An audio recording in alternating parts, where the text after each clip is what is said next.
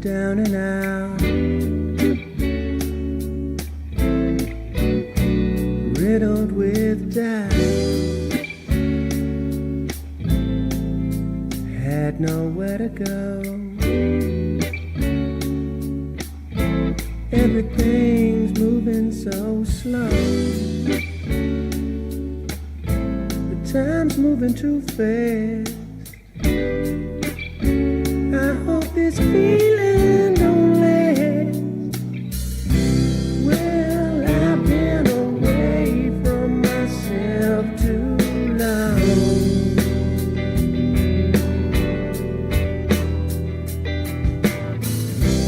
My body is aching from all my wrongs.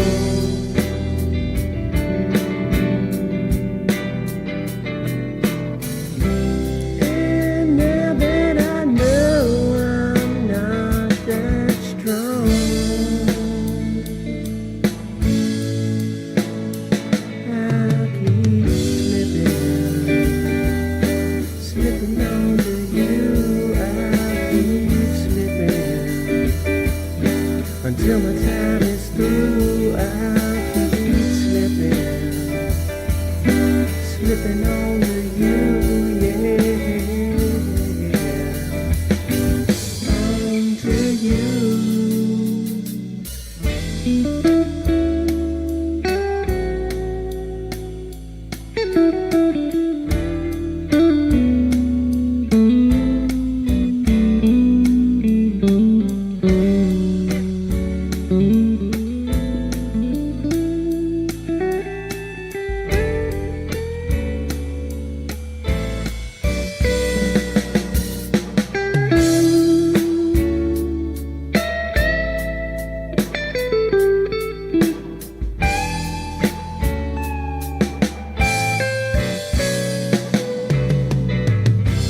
Well, I've been away from myself too long.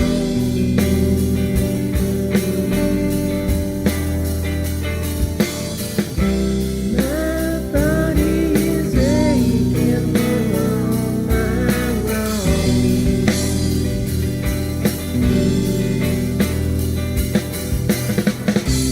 And now that I know I'm not that strong,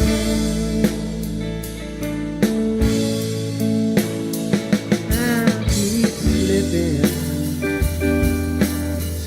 onto you. I'll keep slipping until my time is through. I'll keep slipping onto you, yeah, onto you.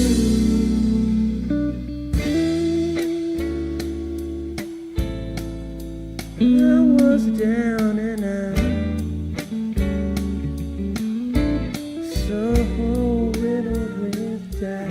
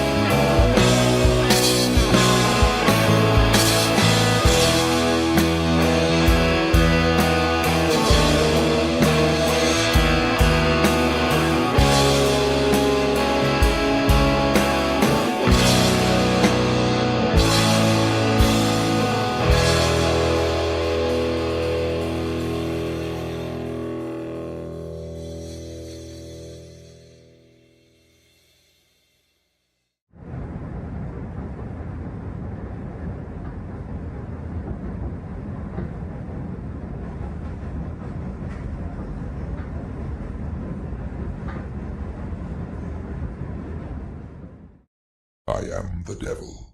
I am the Lord Satan from the netherworld, ruler of the damned and eternal king of hell.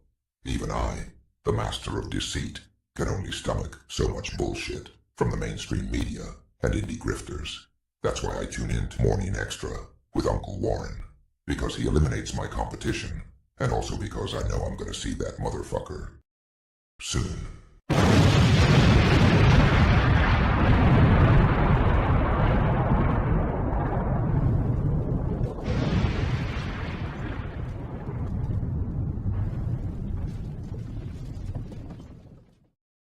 Deo, Deo.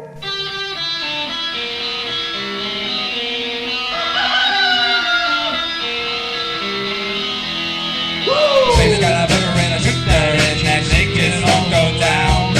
Baby's got a burger and a shooter and that shake it all go down. Corrosion to her thighs, erosion of her pride. Baby's got a shooter, baby's got corrosion now, corrosion now. Baby's got it.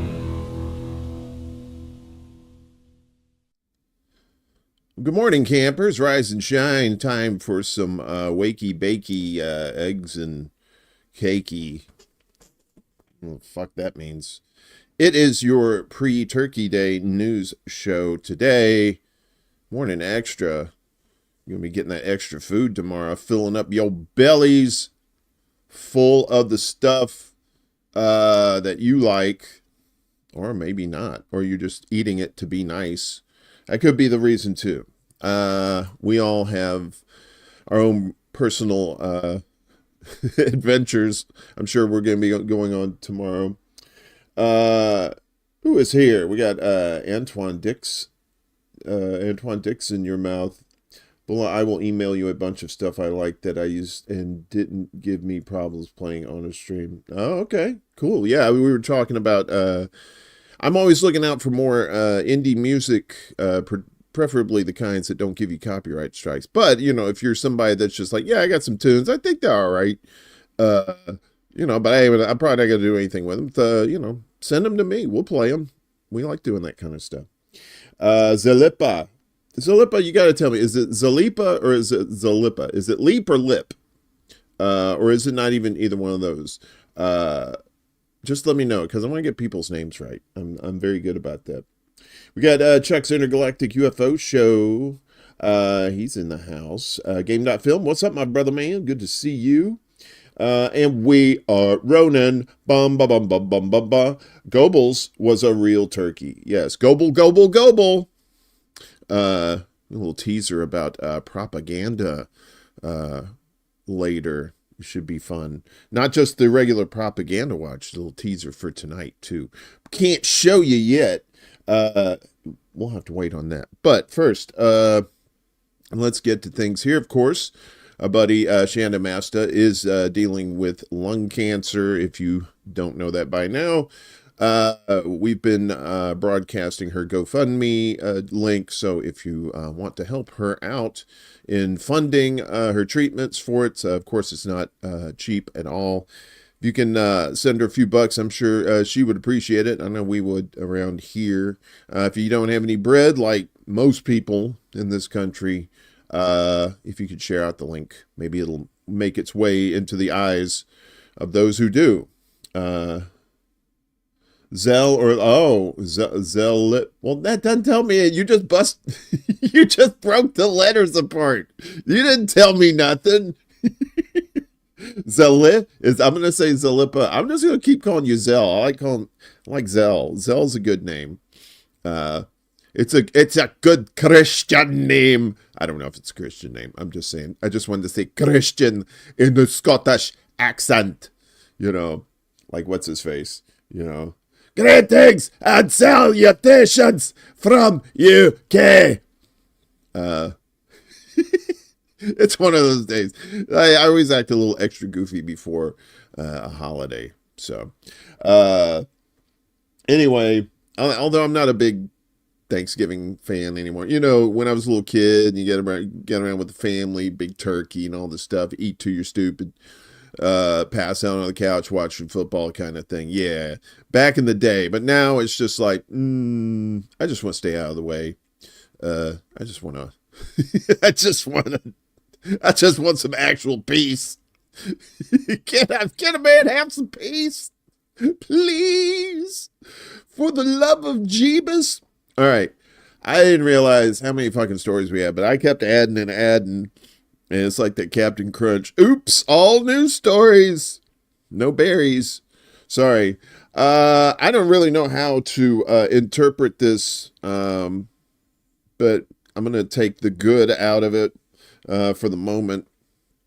As a new Israel-Lebanon ceasefire is in effect, but the IDF warns evacuation still in effect as well. So this is from antiwar.com, and I believe this is Jason Ditz reporting on this. Lainey Peterson, what's up, Lainey? Good to see you. Lainey's going to be on ExtraBulla Live next Wednesday until I piss her off, and then she goes, fuck you, dude. Which that seems to be a trend lately. So at 9 p.m. Eastern, our time, 4 a.m. Beirut time, the Israel-Lebanon ceasefire officially took effect, potentially ending an ongoing Israeli invasion and repeated airstrikes which have killed thousands and displaced well over 1 million Lebanese civilians. The deal was brokered by the U.S. and the Israeli Security Cabinet voted earlier today to support it. The deal prescribes a 60-day ceasefire in which Hezbollah is to move its armed assets north of the Litani River, and the Lebanese government is supposed to deploy its army into the southern area of the country as a buffer between Israel and Hezbollah. So you're like, wait, what? What are they? So Hezbollah and the Lebanese government are two different things, right? Just like Hamas and the Palestinian Authority are two different things. Just like the Iraqi resistance is different from the Iraqi government. See, you've got your governments, but then you've got your side pieces that are actually doing shit. Israel, for their part, is intended to withdraw their ground troops from southern Lebanon and to stop attacking Lebanese territory. If Israel sees suspicious movements, U.S. officials say they are to report it to a U.S.-led committee, which would forward the complaint to the Lebanese military. It is only after that point that they would be free to respond if Lebanon doesn't take action. So what does that mean? If they see suspicious movements, so Israel's supposed to snitch to the U.S. and say, look, they're doing some shady shit, Mom, which would forward and so the U.S. would say, now, Lebanese military, are your people doing some bad things? You better handle your shit or Israel's going to bomb you again. I think that's how that kind of works out. CJ, what's up, man? Good to see you. I don't believe in holidays either. It means they're holy, and I don't like holy days. Unless it's a Swiss cheese day. And I like those holes. Other than that, not so much. The immediate question must be how the ceasefire will be implemented and when the Israeli troops will actually leave.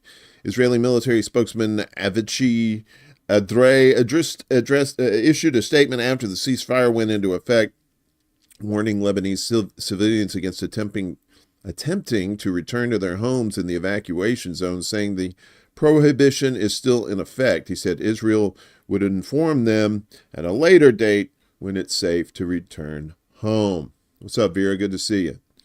That doesn't inspire a lot of confidence, and the seeming escalation of Israeli attacks in the last few hours before it came into effect added to concerns. In those final hours, Israel carried out multiple attacks on the North Lebanon border crossings into Syria and imposed new evacuation orders in multiple southern suburbs of Beirut. We'll get into that in a little bit. The attacks on the border crossings are noteworthy because during the war, Israel has repeatedly attacked the main crossings through eastern Lebanon's Bekaa Valley leading into Qusair. That makes some sense as the Bekaa Valley is a known Hezbollah haven. The north crossings, on the other hand, lead into Syria's coastal Tartus province. Syrian state media reported a number of people were wounded in these attacks. The attacks on southern Beirut seem to be the last thing Israel did before the ceasefire went into effect.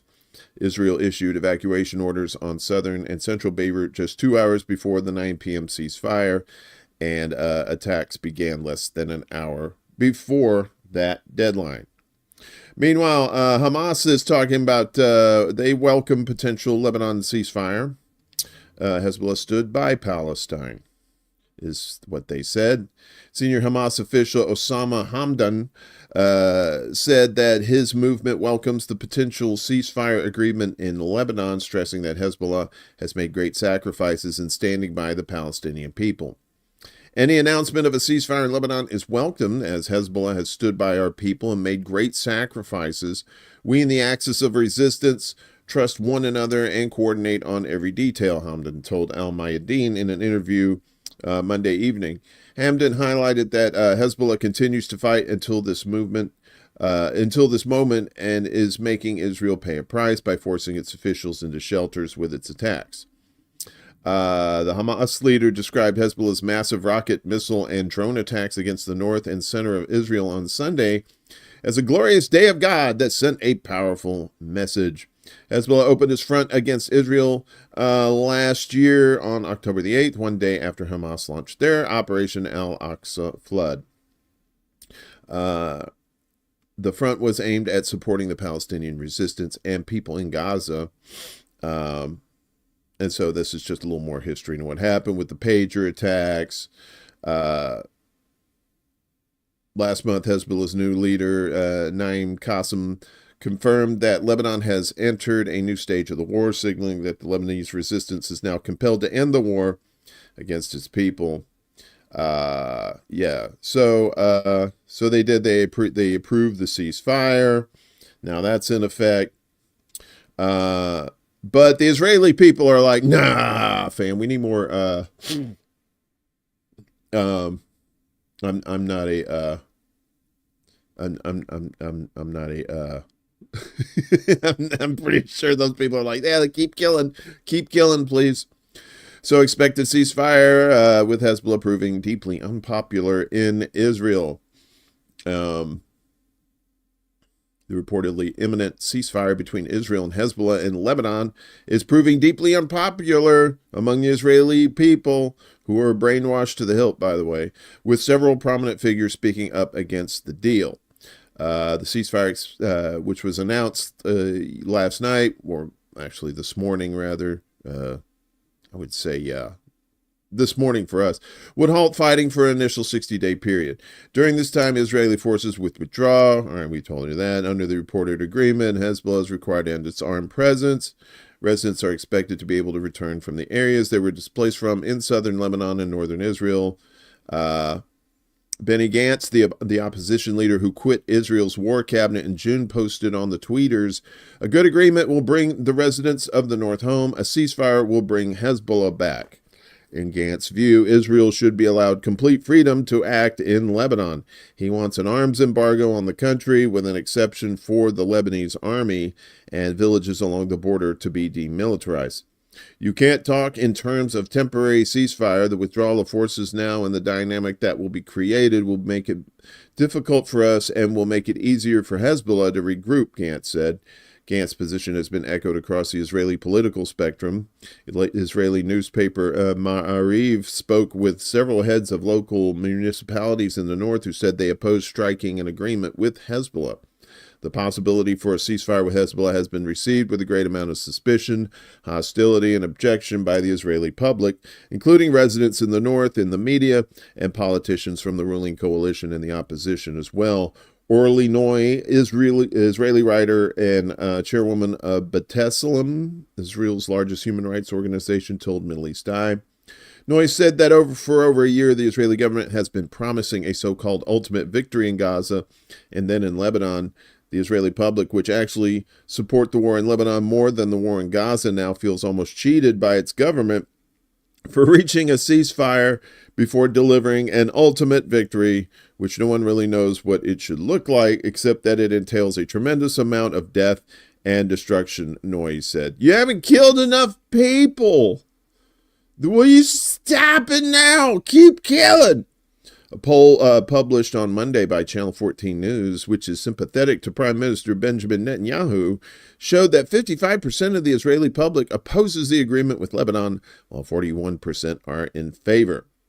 Gabi Naaman, the head of the local council of Shlomi, a northern Israeli village, said, "We will not accept an arrangement that will not provide full protection for our residents." Naaman, who claims to represent many of the mayors in the north, said the government has ignored their demands, which include the establishment of a demilitarized buffer zone in Lebanon.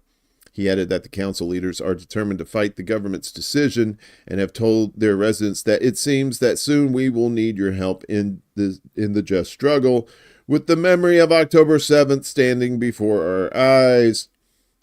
A noun, a verb, and October 7th, to paraphrase some brain dead idiot. Itan Davidi, chairman of the northern community of Moshav Margaliot, spoke in a similar vein. He said the Lebanese villages across the border, many of which have been totally destroyed by the Israeli army, have threatened us for many years and will belong to the past. Davidi said that there's a complete disconnect with the residents of the north and the government does not pay any attention to them all. Discussing the Channel 14 poll, Yaron Buskila, head of Israel's Defense and Security Forum, a civilian organization made up of former military personnel affiliated with the Israeli right, said that among its 40,000 members, there is wall-to-wall opposition to the agreement. Yossi Yehoshua,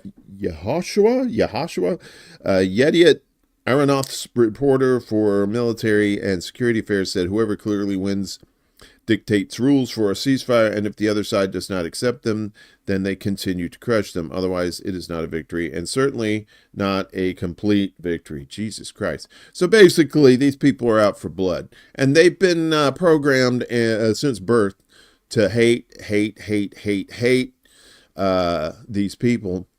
And that's what happens when you take a society over decades like that and constantly feed them lies, stoke fears within them about certain people, and this is what you get. So the government can ceasefire all they want, but a lot of those people have weapons. The settlers have weapons. We've already seen settlers shooting at Palestinians themselves, and the IDF helping them. So, we've seen this story before. We know it's going to fucking happen. Come on. So, and of course, U.S. bringing democracy everywhere, and by democracy we mean imperialism. Wink, wink, nudge, nudge. U.S. to deepen footprint in Lebanon according to ceasefire plan. The U.S. is set to deepen its footprint in Lebanon as part of a ceasefire deal aimed at ending more than a year of fighting between Israel and Hezbollah. As per the deal, the Lebanese army, with assistance from UNIFIL, will be deployed to the south to ensure that Hezbollah does not re-enter the area between the Israeli border and the Litani. By day 60, there will be no Israeli or Hezbollah troops in southern Lebanon, a senior Arab official told Middle East Eye. The agreement, which seeks to end more than a year of fighting, has claimed more than 3,700 lives in Lebanon, will also see the U.S. deploy technical military advisors to Lebanon and see Washington provide additional funds to the Lebanese army. The U.S. will also provide oversight on Hezbollah's withdrawal, and a military official, likely from Central Command, will head up an international committee that will coordinate with hundreds of soon-to-be deployed French soldiers as part of a beefed-up UN peacekeeping mission. A big-ass map. What's up? A senior U.S. official told Middle East Eye that Israel will not be granted the right to attack Lebanon based on any suspicious movements. Israel said, well, we see some suspicious shit. It's like, nah, you ain't gonna do nothing. So they got, like we said, they have to report any movement it seems suspicious to the International Committee, which in turn will inform the Lebanese army to take necessary action. If the Lebanese army fails to act after receiving a complaint regarding suspicious activity south of the Litani or any Lebanese area, Israel will consider the agreement void and resume its attacks on Lebanon. And let me get something straight. for just a second. I'm pretty sure this thing ain't going to last 60 days. I don't think this thing's going to last 6 days. One of these motherfuckers is going to pop off, and we're going to be all back in it once again. Well, they're going to be all back in it once again. What the hell is this? Oh, so that's the death toll.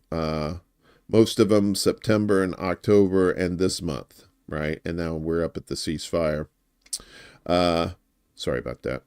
The U.S. is not expected to deploy additional troops on the ground. Instead, the pending ceasefire is set to expand the 10,000-strong UNIFIL peacekeeping mission. Hundreds of French soldiers are expected to deploy to Lebanon, according to the former U.S. Arab official. The agreement will also deepen the U.S.'s ongoing efforts to support the Lebanese military. The U.S. started funding the Lebanese army in 2005 after a protest movement prompted the withdrawal of Syrian troops from the country. In the last 20 years, Washington has been the Army's largest donor, giving more than $2.5 billion in support to the military, which is seen as a national institution that crosses sectarian and political divides. The sources told Middle East Eye that the Army has already recruited 1,500 troops and seeks to bring on board roughly 3,500 more in the next 4 months. The U.S. will also beef up training, equipment, and reimbursement funds to the Army. Washington is also speaking with Saudi Arabia and Qatar about providing funds to the Lebanese forces to pay additional salaries. Qatar already provides funds to the cash-strapped Lebanese army, pledging $60 million in 2022 to support soldiers' salaries. Lebanon was in the midst of a disastrous financial crisis before Hezbollah began launching missiles and drones at Israel on October 8th. Last year in solidarity with Palestinians under attack in Gaza. The ceasefire will also include a renewed commitment to several other UN Security Council resolutions, including 1559 and 1680, which call for the disarmament of Hezbollah. Unlike other Lebanese armed groups, Hezbollah kept its weapons after the 1975 to 1990 civil war so it could continue to fight against Israel's occupation of southern Lebanon. Though Israel mostly withdrew in 2000, it continues to occupy the Sheba farms, which Hezbollah says are Lebanese.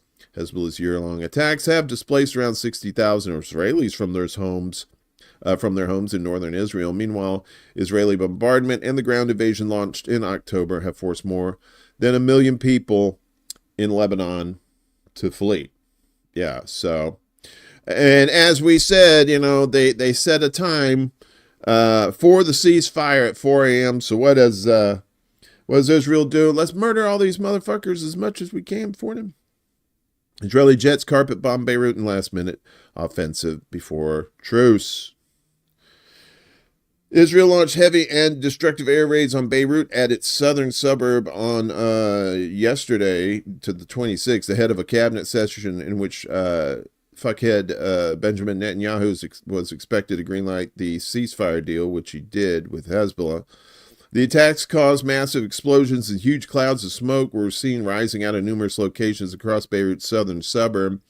Yesterday afternoon, as shown in video footage on social media. Several residential buildings have been completely destroyed by the strikes, which came after issued evacuation orders for over 20 buildings in the suburb. The Israeli army claimed it struck dozens of Hezbollah targets. An Israeli strike completely leveling a building in central Beirut's Nuwari area less than an hour before the attacks on the suburb began. A fierce airstrike carried out on Tuesday by Israeli enemy warplanes targeted a building near Khatam el-Anbiya Mosque in al-Nuwari area of Beirut. Lebanon's national news agency reported. According to an NNA correspondent, the raid on Nuwari targeted a 4-story building housing displaced people. At least 7 were killed and 37 wounded, the Lebanese health ministry said. Operations to remove rubble are ongoing and the toll is expected to rise. The intense bombing came ahead of an anticipated announcement of the ceasefire agreement between Hezbollah and Israel, which U.S. and Israeli officials say, they actually closed the deal. Beirut has expressed cautious optimism as Netanyahu has constantly blocked a deal from going through in Gaza for over a year.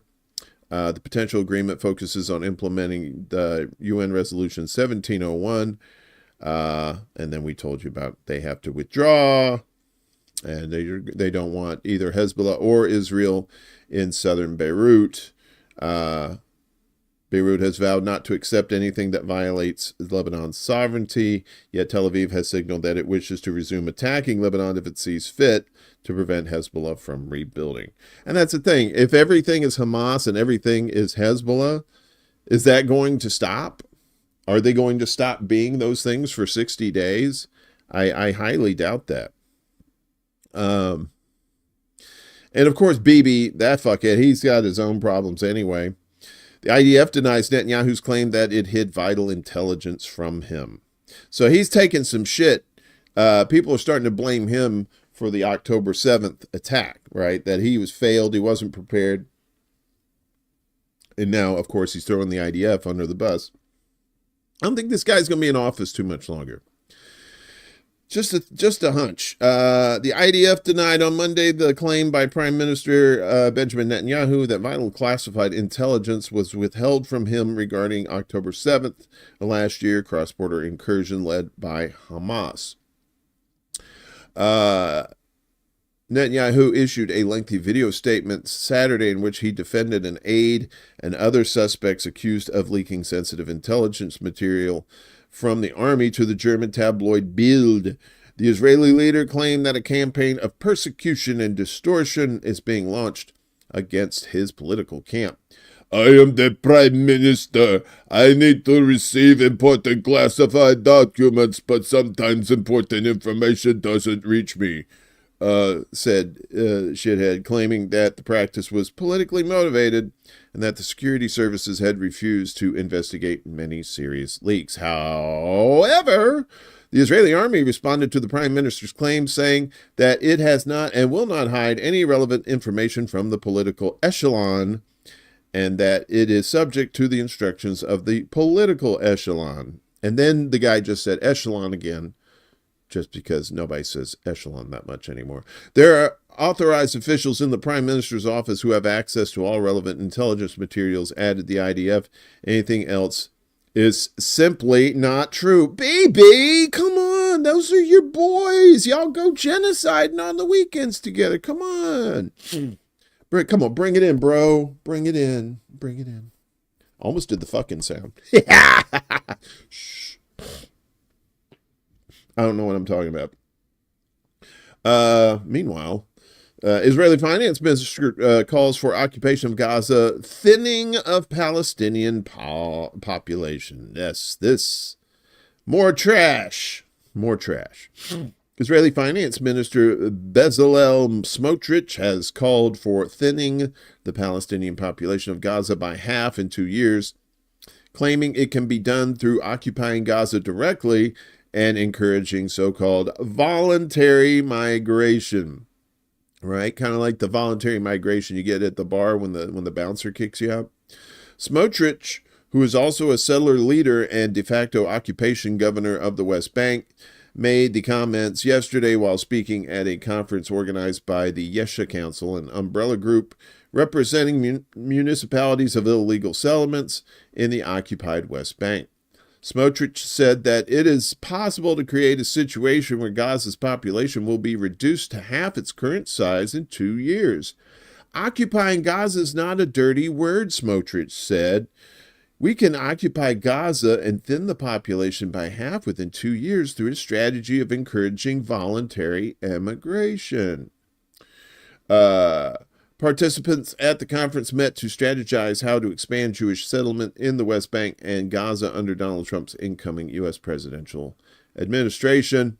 The Times of Israel notes that critics of the voluntary immigration policy say it is a euphemism for forced displacement, a war crime. That's right. It's just a nice way to say forced displacement. But it's voluntary. I don't know how that works. Smotrich argued that the Israeli army should be responsible for managing the civilian affairs of Palestinians in Gaza under a military occupation government. The army should establish a civil administration to rule Gaza in the way it did before the 2005 disengagement plan that saw Israel withdraw its forces and Jewish settlements from the Strip and instead assert its control via blockade and siege them. The finance minister argued that the encouraged migration was successful in Gaza. It could be repeated in the West Bank, home to 3 million Palestinians. We can encourage migration. The Times of Israel noted that Smotrich, who is the chairman of the religious Zionism party, has long spoken in favor of annexing large parts of the West Bank. He declared earlier this month that U.S. President-elect Donald Trump's election victory offers an opportunity to see that vision through.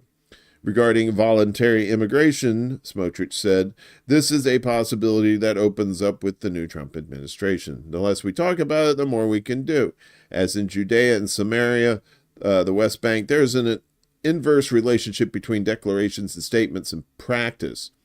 He has also called for the Israeli government to allow for the collapse of the Palestinian Authority, which would open the door further for direct Israeli military rule throughout the West Bank. The Israeli army has been implementing the general's plan since October to forcibly displace Palestinians. Oh, wait a minute. I'm sorry. To, encourage migration. They encourage migration. They encourage migration. This is not right. It should be they since October to encourage migration Palestinians from the entirety of northern Gaza. The plan calls for issuing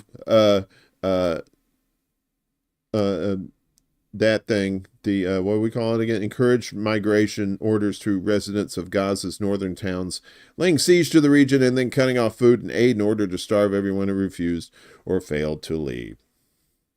Should have put that in the propaganda thing there, but we already got enough stuff in there today.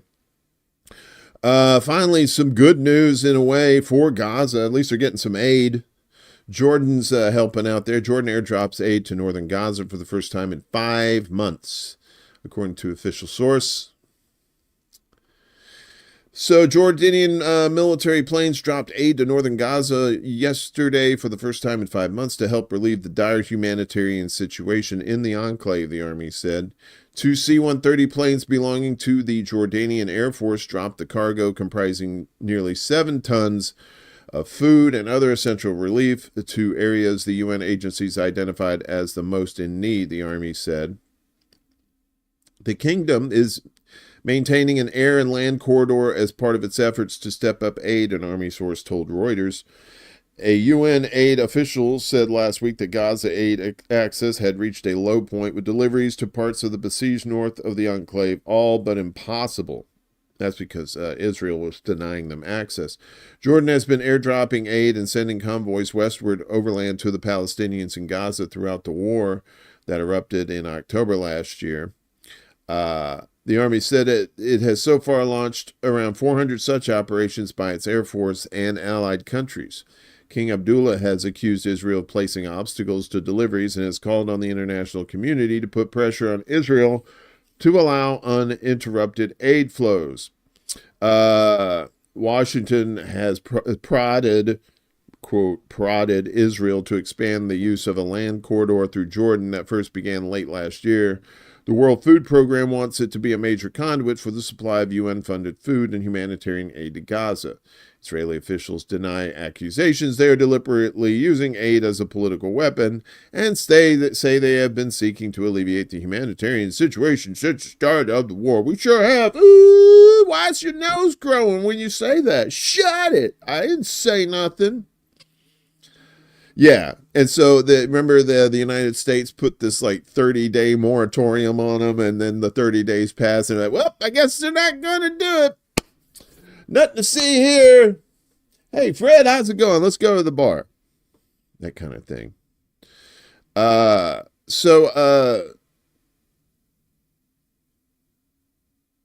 Palestinian activists are always going to catch hell around the world in the Western countries that are starting. I don't know. UK is a strange place, right? Because they said they would arrest Netanyahu, but then they do shit like this. UK counterterrorism police arrest 10 more Palestine Action activists.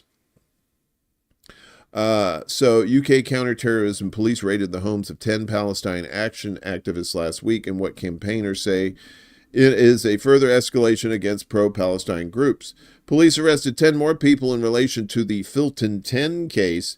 10 Palestine Action activists were originally detained after a protest at Elbit's industrial site in Filton, which is said to have cost Israel's largest arms company over £1 million in damages. £1 million. The suspects were taken from their homes by counterterrorism police last Tuesday, and their residences were sealed off for investigation, family members say. A parent of one of the arrested activists told the New Arab of her profound anger after the police bashed down her door and handcuffed her 17-year-old son, who was left in freezing weather in his underwear, she added. Police said the family might not be able to return to their home for 2 weeks. A grandmother of one of those arrested also described a police raid on the home at 7 a.m. involving 3 vans and around 20 officers who confiscated electronic items and a notepad. The house is now a crime scene, she said. Commenting on the development, Tom Sutherden, Amnesty International UK's Law and Human Rights Director, said this latest round of arrests appears to be another disturbing example of a growing trend of terrorism powers being misused against protesters standing in solidarity with Palestinians, both in the UK and in other countries across Europe. It has not yet been confirmed why the activists were arrested during Tuesday's raid. The Filton 10 activists were initially held under the Terrorism Act, but were subsequently charged with non-terror offenses, including aggravated burglary, criminal damage, and violent disorder. The suspects are being held on remand ahead of a November 2025 trial and are subject to arbitrary and severe restrictions. Counterterrorism powers are particularly concerning when they are used to circumvent normal legal protections, such as justifying holding people in excessively lengthy pre-charge detention, said Sutherland. Authorities across Europe must cease the misuse of terrorism legislation against people protesting war crimes and apartheid in Gaza and instead focus their efforts on protecting the rights of the Palestinian people and ending the atrocities against them. Police in the UK have increasingly brought highly controversial charges against journalists and activists under anti-terrorism powers. Yes. See, that's why kind of UK is kind of a mixed bag in that respect. Like he crawled off of a vajayjay about 1,000 years. Okay. That's what, how would you know? What are you, an archaeologist? How would you know what happened 1,000 years ago? Are you the Highlander? Oh, the chat. I swear. I love the chat. The chat is just always the best. I always like being in the chat myself. Sometimes I just wasn't even paying attention. I know I'm a bad supporter of shows. I'll just sit there and just talk about whatever the fuck I want. I don't care. So when people do it in my chat, I'm like, yeah. That's what you get, asshole. It's what they call karma. Meanwhile, they done pissed off the Pope, y'all. Pope's like, I ain't having none of this shit. I'm done with it. Pope Francis condemns arrogance of occupiers in Palestine and Ukraine. There he is. He's like, motherfucker. He's looking at that face. He's like, test me. What'd you test me? And this guy's like, don't test him. He's like, come on, bitch. I love to see the Pope do that. Just like fisticuffs up. And he's like, come on, bitch. The Pope whooped my ass. Pope Francis condemned on Monday what he called the arrogance of occupiers in Ukraine and Palestine in a rare stance against Israeli policy, and a week after he first addressed the allegations of genocide leveled against Israel. Speaking at the Vatican on the 40th anniversary of the peace treaty between Chile and Argentina, the Roman Catholic pontiff spoke of current armed conflicts and the very painful suffering they cause. I simply recall 2 failures of humanity today, in Ukraine and Palestine, where suffering is great and the arrogance of the occupier undermines dialogue, he told diplomats and religious representatives in an improvised statement. Ooh, look at that. He's got what do they call that? He can hit the Def Comedy Jam and or the Def Mic Jam. He's got freestyle. He's got bars. He again criticized the arms trade, referring to the hypocrisy of talking about peace while waging war. Dialogue, added the pontiff, must be the essence of the international community. The Pope regularly offers prayers for the civilians in Gaza and Ukraine who are suffering greatly, as well as for the release of the Israeli captives held by Hamas since the movement's unprecedented cross-border incursion last year. He received 16 former Israeli hostages on November 14th at the Vatican. Last week, Pope Francis suggested that the global community should study whether Israel's military campaign in Gaza constituted genocide of the Palestinian people. In some of his most explicit criticism yet of Israel's conduct in its year-long war. In a new book, Hope Never Disappoints, Pilgrims Toward a Better World, the leader of the world's 1.4 billion Roman Catholics said, according to some experts, what is happening in Gaza has the characteristics of genocide. The characteristics, they're popey. Yeah, you could just say what is happening in Gaza and take the has the characteristics of and turn that into is. Extracts were published on Sunday in Italy's La Stampa. The book is scheduled to be published next Tuesday. Israel's attacks in Gaza and Lebanon are immoral and disproportionate, said the Pope last September, adding that the Israeli army had exceeded the rules of war. This is the first time the head of the Roman Catholic Church has publicly condemned Israeli policy in the occupied Palestinian territory in such terms. Wow, Popey getting he lifted up his little dress there and he said, look at all these big giant balls I got now. But, it's probably just all rhetoric, just like everything else is. So, what's the Pope going to do? Is he going to get was it the Republican Guard that he has, or whatever it is? It's the Pope. Shut the fuck up, man. Unless you can convince all these Christians that what they believe is some crazy shit and they really shouldn't be killing Palestinians, because of some, in hopes of getting some Messiah here. So, but hey, as I say with religion and everything else, you do you, boo. Meanwhile, Ukraine is finding out as part of the fuck around, find out portion of the show. Record drone barrage pummels Ukraine as missile tensions seethe.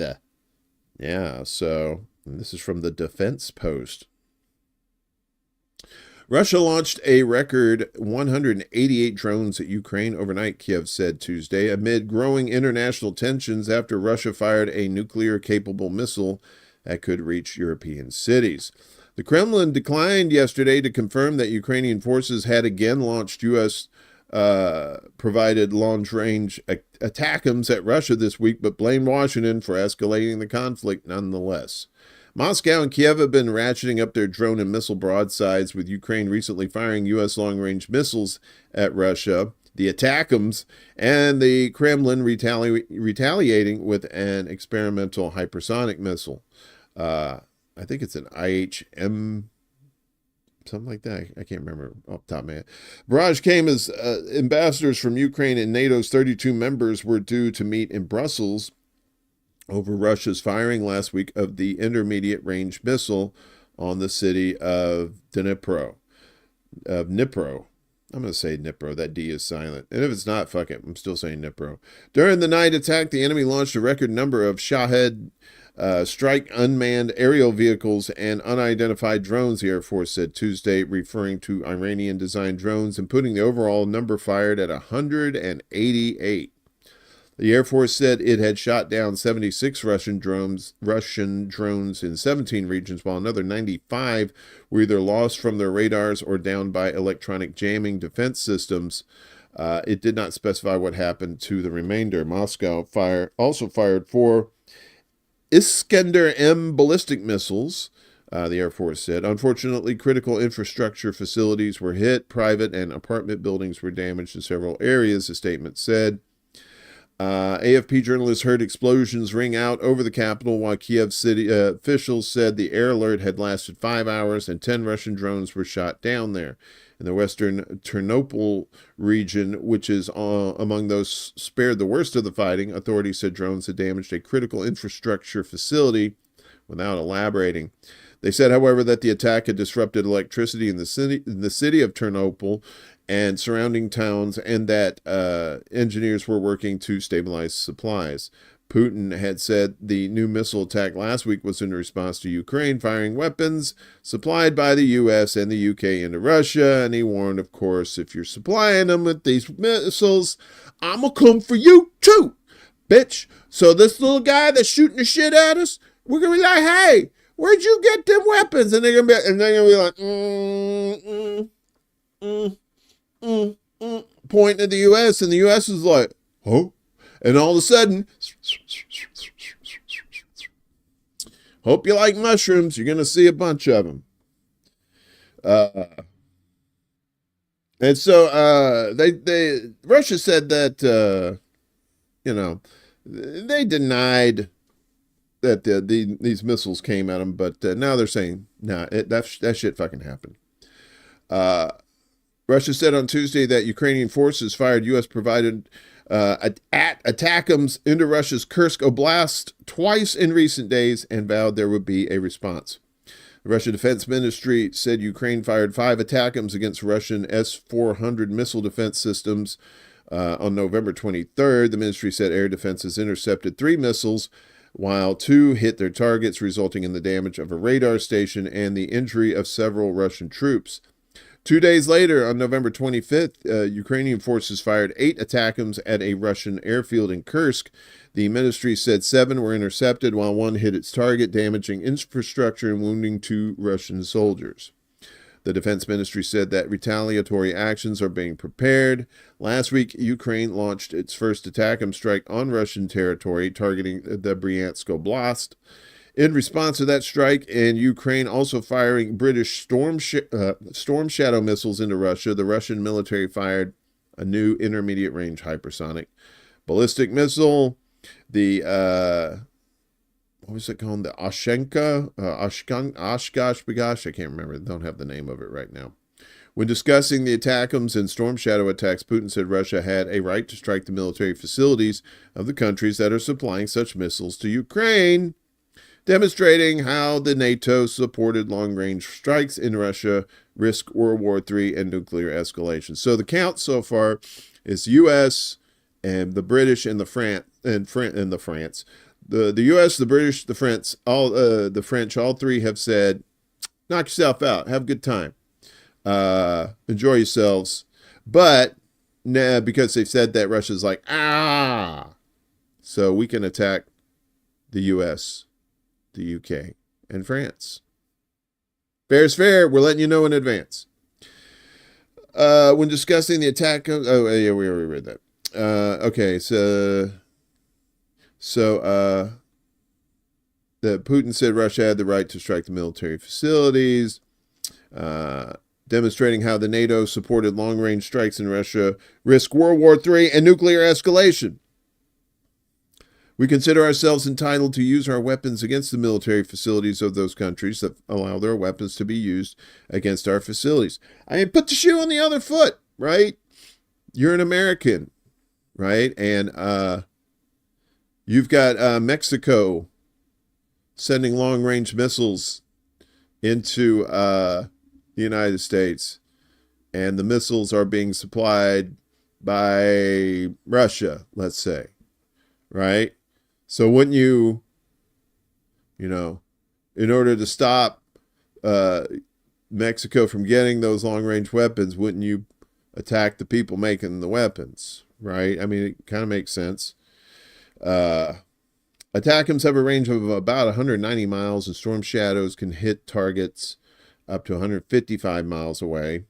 Both missiles require intelligence from Ukraine's Western backers to be fired, meaning that NATO is now directly supporting strikes on Russian territory. While the strikes risk nuclear escalation, U.S. officials have admitted the capability is not expected to alter the course of the war, and Ukraine is said to only have a limited supply of the ATACMS and Storm Shadow. They don't have that many. Come on, leave them alone. They're just kids. But you know what? They're getting more, because the UK is sending dozens of long-range missiles to Ukraine. The Storm Shadow deliveries were made before the U.S. and Britain gave Kiev permission to strike deep into Russia, the agency has said. Britain recently gave dozens of additional long-range Storm Shadow missiles to Ukraine as Kiev supplies were running low, informed sources have told Bloomberg. Max Sarge in the house. Mexican quantum computers might be obsolete. They probably would be. I think those would probably take them out. The deliveries, which were not publicly announced, were completed before the UK, US, and France gave Kiev permission to launch missiles deep into Russia, the news agency said in an article Monday. UK-made munitions arrived in Ukraine several weeks ago, people familiar with the matter said. The sources declined to reveal the dates of the shipments or the number of missiles supplied, citing the need for operational security. The agency sought clarification from the British Defense Ministry, but was informed that we do not comment on operational details as it would only benefit Russia. The ministry said UK support for Ukraine remains ironclad. Why do they keep saying ironclad? Stop saying ironclad. Our ironclad support. London has provided Kiev with an unspecified number of Storm Shadow missiles since the escalation of hostilities between Moscow and Kiev in February 2022. The last time the UK authorities confirmed a delivery of the munitions was in April. The Storm Shadow, as we said, has a range of 155 miles, air-launched missile. It's been in service since the early 2000s. London developed the munitions jointly with Paris, and the French variant is known as Scalp. So the reported use of Storm Shadows came a day after Kiev's strike on Russia's Bryansk region using U.S.-supplied ATACMS. So they're going to get more weapons. And Biden says, come on, let's give them more weapons too, since they're getting the shit knocked out of them. Biden asks Congress to authorize $24 billion more to spend on Ukraine. This is from Dave DeCamp over at antiwar.com. The Biden administration has asked Congress to approve $24 billion cash money in additional spending on Ukraine as it's working to ramp up the proxy war as much as possible during President Biden's final weeks in office. Politico Pro obtained a request from the White House's Office of Management and Budget that asked Congress to include additional Ukraine spending in a continuing resolution that's expected to be voted on next month. Two congressional aides said Congress received the proposal on Monday. The request asks for $8 billion for the Ukraine Security Assistance Initiative, a form of military aid that allows the U.S. to purchase weapons for Ukraine, and $16 billion to replace U.S. military equipment that's been sent to Ukraine. The money to replenish U.S. weapons would allow the Biden administration to use the remaining presidential drawdown authority for Ukraine, which allows the U.S. to ship weapons directly from U.S. military stockpiles. The administration is looking to rush arms shipments to Ukraine throughout the rest of the transition period because they pretty much know when Trump comes in, there is a likelihood that he's going to try to end the Russia-Ukraine war. Although it's Trump, who knows what the fuck that clown is going to do. If Congress agrees to the request, it would bring total U.S. spending on the proxy war, according to publicly available data. Yeah, this is in the sunshine money, to about $210 billion. Earlier this year, President Biden signed a foreign military aid bill into law that included $61 billion for Ukraine. Before that, U.S. spent at least $125 billion on the conflict. U.S. officials have told the Washington Post that the Biden administration is trying to put Ukraine in the best position possible before Trumpy might push for an end to the war. U.S. officials acknowledged that within a few months, Ukraine could be pushed into negotiations and could end up ceding territory. Yeah, so they're doing all this shit because Trump. But I mean, come on, Trump. Trump's going to spend money on. He's going to send money. He's going to send all that money to Israel. Come on. What money he doesn't send to Ukraine, that's going to be an additional amount that's going to go to Israel. That's what's going to happen. Because that's what always happens. Yeah, there is no pressuring Trump to do anything good. There is no pressuring Trump unless they, it's like some real high ups in the financial tree that says, look, we'll, you remember Dealey Plaza? Don't take any trips to Dallas anytime soon. Yeah. So, yeah, exactly. I mean, that bitch is all over the place. He said he's going to stop the war, and then he's going to increase it. I mean, he's stupid. Well, he says, I predict a peace settlement between Russia and the Ukraine. On everything else, he will be no different from Biden, Obama, and George W. Bush. Yeah. I mean, yeah, it's because it's the same people that fund him. Sorry about that. Sinuses this time of year. And now there's like some whispers in the wind. They're trying to give Ukraine nuclear weapons. Come on. But you're like, well, what the fuck are you talking about? So Kremlin calls talk of U.S. giving Ukraine nuclear weapons absolutely irresponsible. Yesterday, the Kremlin responded to a recent report from the New York Times that said U.S. and European officials had discussed the idea of giving Ukraine nuclear weapons, calling the talk absolutely irresponsible. I mean, they still got 2 months left. 2 months left with this guy. Who knows what the fuck's going to happen? The report cited anonymous sources and said several officials suggested the idea while they were discussing steps to deter Russia, but noted arming Ukraine with nuclear weapons would be complicated and have serious implications. Gee, you think? The country's run by Dollar Tree Scarface, for God's sakes. What weapons he doesn't use to blow people up, he'll sell and buy coke with it. Kremlin spokesman Dmitry Peskov said the idea of sending nukes to Ukraine probably came from a fringe extremist flank among Ukraine's Western backers. He said the talk was absolutely irresponsible deliberations by people who probably have a poor understanding of reality and who do not feel a shred of responsibility for potential consequences. Yeah, because they probably got like these fucking, mountain bunkers they're going to go to while the earth burns. The Times report said that President Biden could return nuclear weapons to Ukraine that were taken from it after the fall of the Soviet Union. After the Cold War, Ukraine agreed to transfer Soviet nuclear weapons that were left in its territory to Russia. Some U.S. lawmakers responded to the report, including Senator Mike Lee, a Republican out of Utah. If true, this is treasonous. That would have caused World War III if Biden sent nukes to Ukraine, he wrote on the tweeters. The presidency has too much power if it can unilaterally make a non-emergency decision that's tantamount to an act of war. I hate Mike Lee. I mean, I don't hate him. I dislike Mike Lee. I think he's trash Republican. He's like the rest of them. But, broken clock, the thing. Marjorie Taylor Greene decided to get out of her whatever pork sandwich she was eating and responded, this is insane and completely unconstitutional, possibly an act of treason. This must be stopped immediately. Is the Biden administration trying to start a nuclear war and use it as the reason to stop the transfer of power to Trump? Yeah, that's what it is.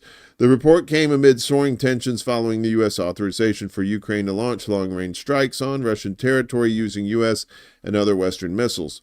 Peskov said Russia was concerned that the outgoing administration in Washington continues to pursue further escalations. Yeah. And that's it. Keep your eyes open. Keep your eyes open, because the crazy ain't gonna stop. It's gonna intensify for the next till Sleepy is out the door. Right? That's what's gonna happen. But yeah, keep voting. Bernie's gonna save us. That guy's gonna save us, right? There's still people who think that. There's still some really, really smart people who think that.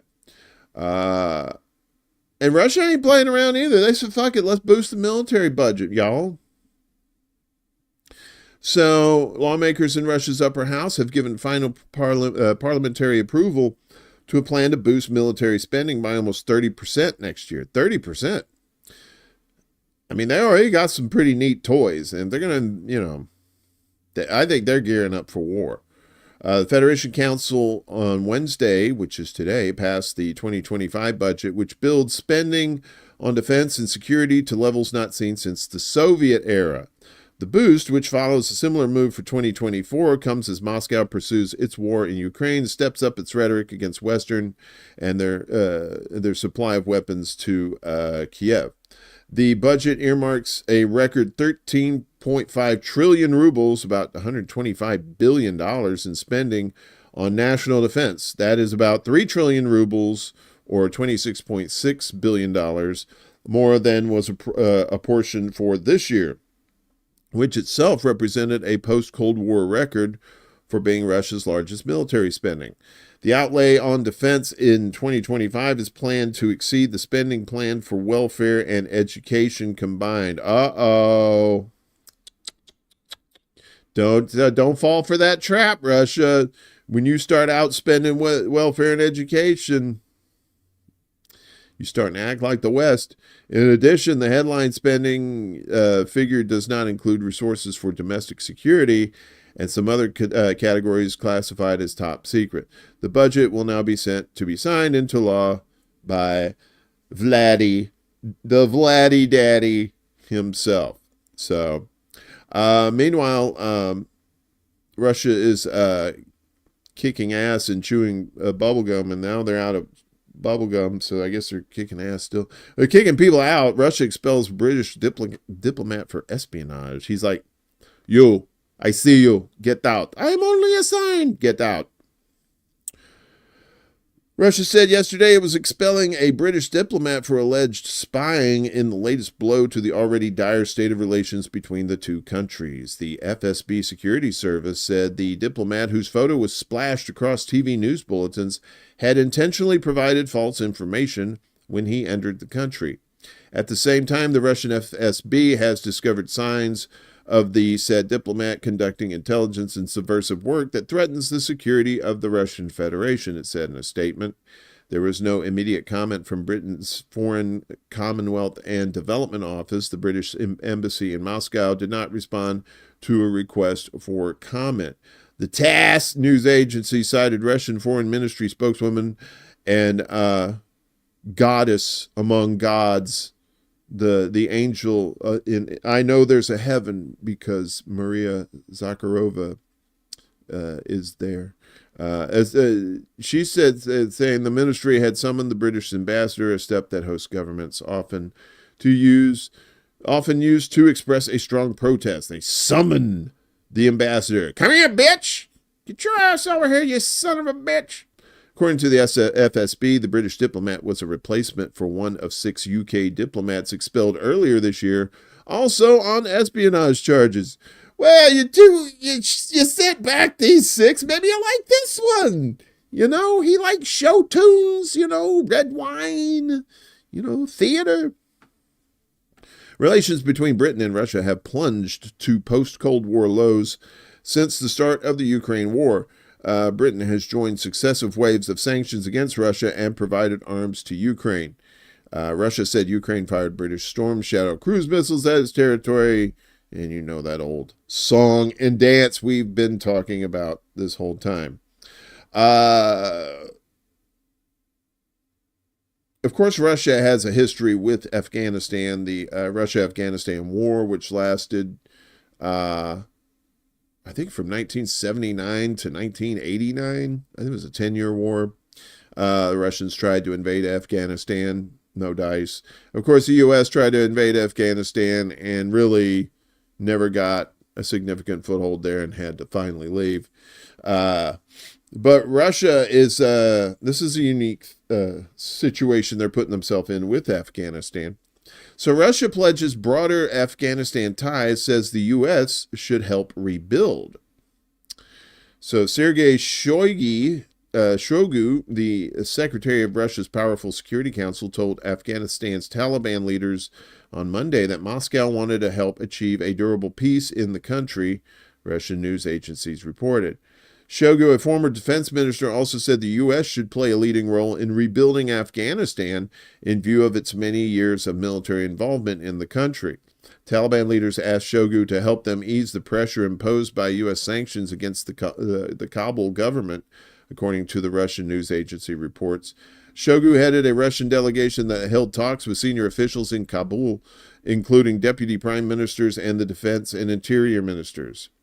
Let me confirm our readiness to establish a constructive political dialogue between our countries, and among the goals would be providing an impulse for the process of a settlement among Afghans, the agency quoted him.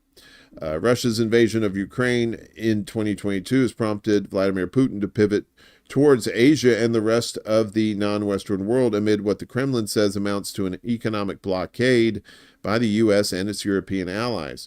On Monday, Moscow said it would consider deploying short and intermediate-range missiles in Asia if U.S. deploys such missiles to the same region. Shogu said the U.S., which hurriedly withdrew its forces from Afghanistan in 2021 after 20 years of involvement, should take on the obligation of helping rebuild the country. Again, we have the theme of the United States, which robs everyone around them, he was quoted as saying. We're talking about returning assets. I can't say this with a straight face. Funds which belong to Afghans and which, so it appears, they are not about to return, as in many other countries like Libya and Syria. In my view, the U.S. should be the main entity to invest in the rebuilding of Afghanistan. And as someone once said, as they were floating in space, don't hold your breath, because it's not a good thing. We have tried to ensure conditions for a growth in exports of Afghan goods and a growth in foreign investment, he said. The U.S. and Western countries had applied pressure on the Taliban after it took control of Afghanistan in 2021, referring to asset freezes and travel bans against Taliban leaders. We are therefore waiting for the Russian Federation to help us neutralize this pressure. And as we said, Russia lives with the legacy of 9 years of Soviet involvement in Afghanistan, bolstering a government friendly to Moscow and resisting anti-communist guerrillas. About 15,000 Soviet troops died in the conflict. Russia's foreign ministry said last month a decision had been taken to remove the Taliban from a list of terrorist organizations, but legal procedures need to be put in place. Shogu pointed to cooperation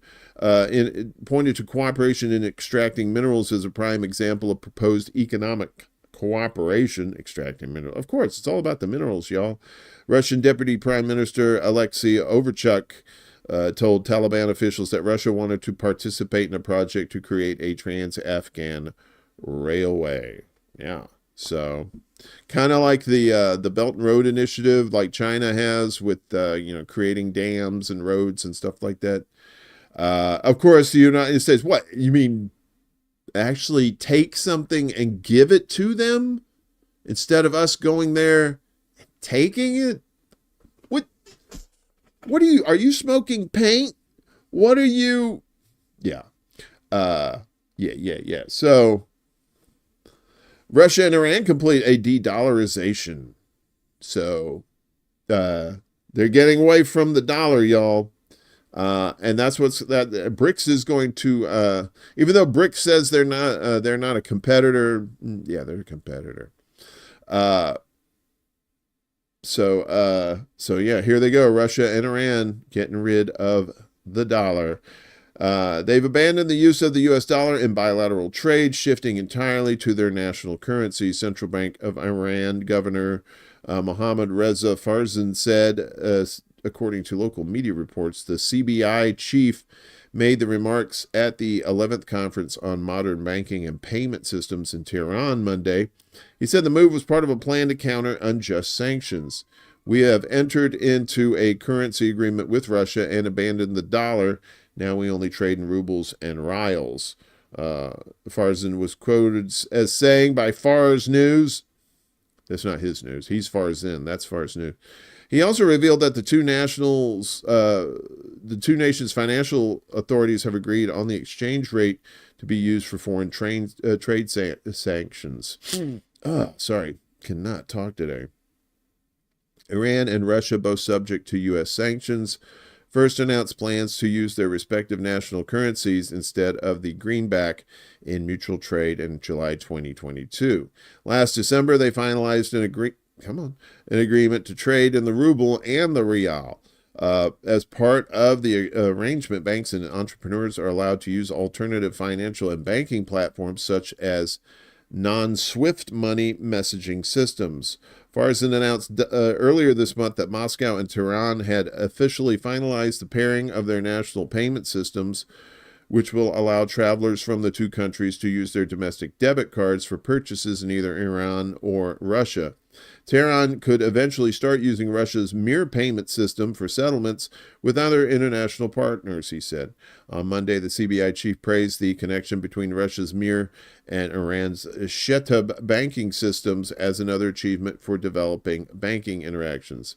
Moscow and Tehran have strengthened relations in the face of Western sanctions, boosting trade and financial cooperation. The Kremlin said in October that bilateral trade volume grew by 12.4% in the first 8 months of this year alone, after amounting to more than $4 billion in 2023.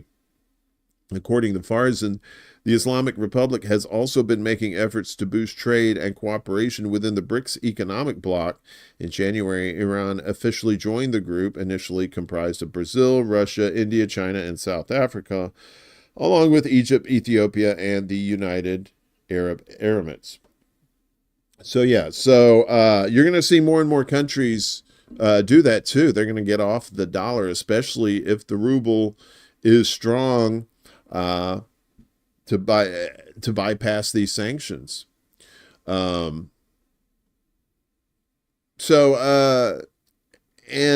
course, the United States has to antagonize China,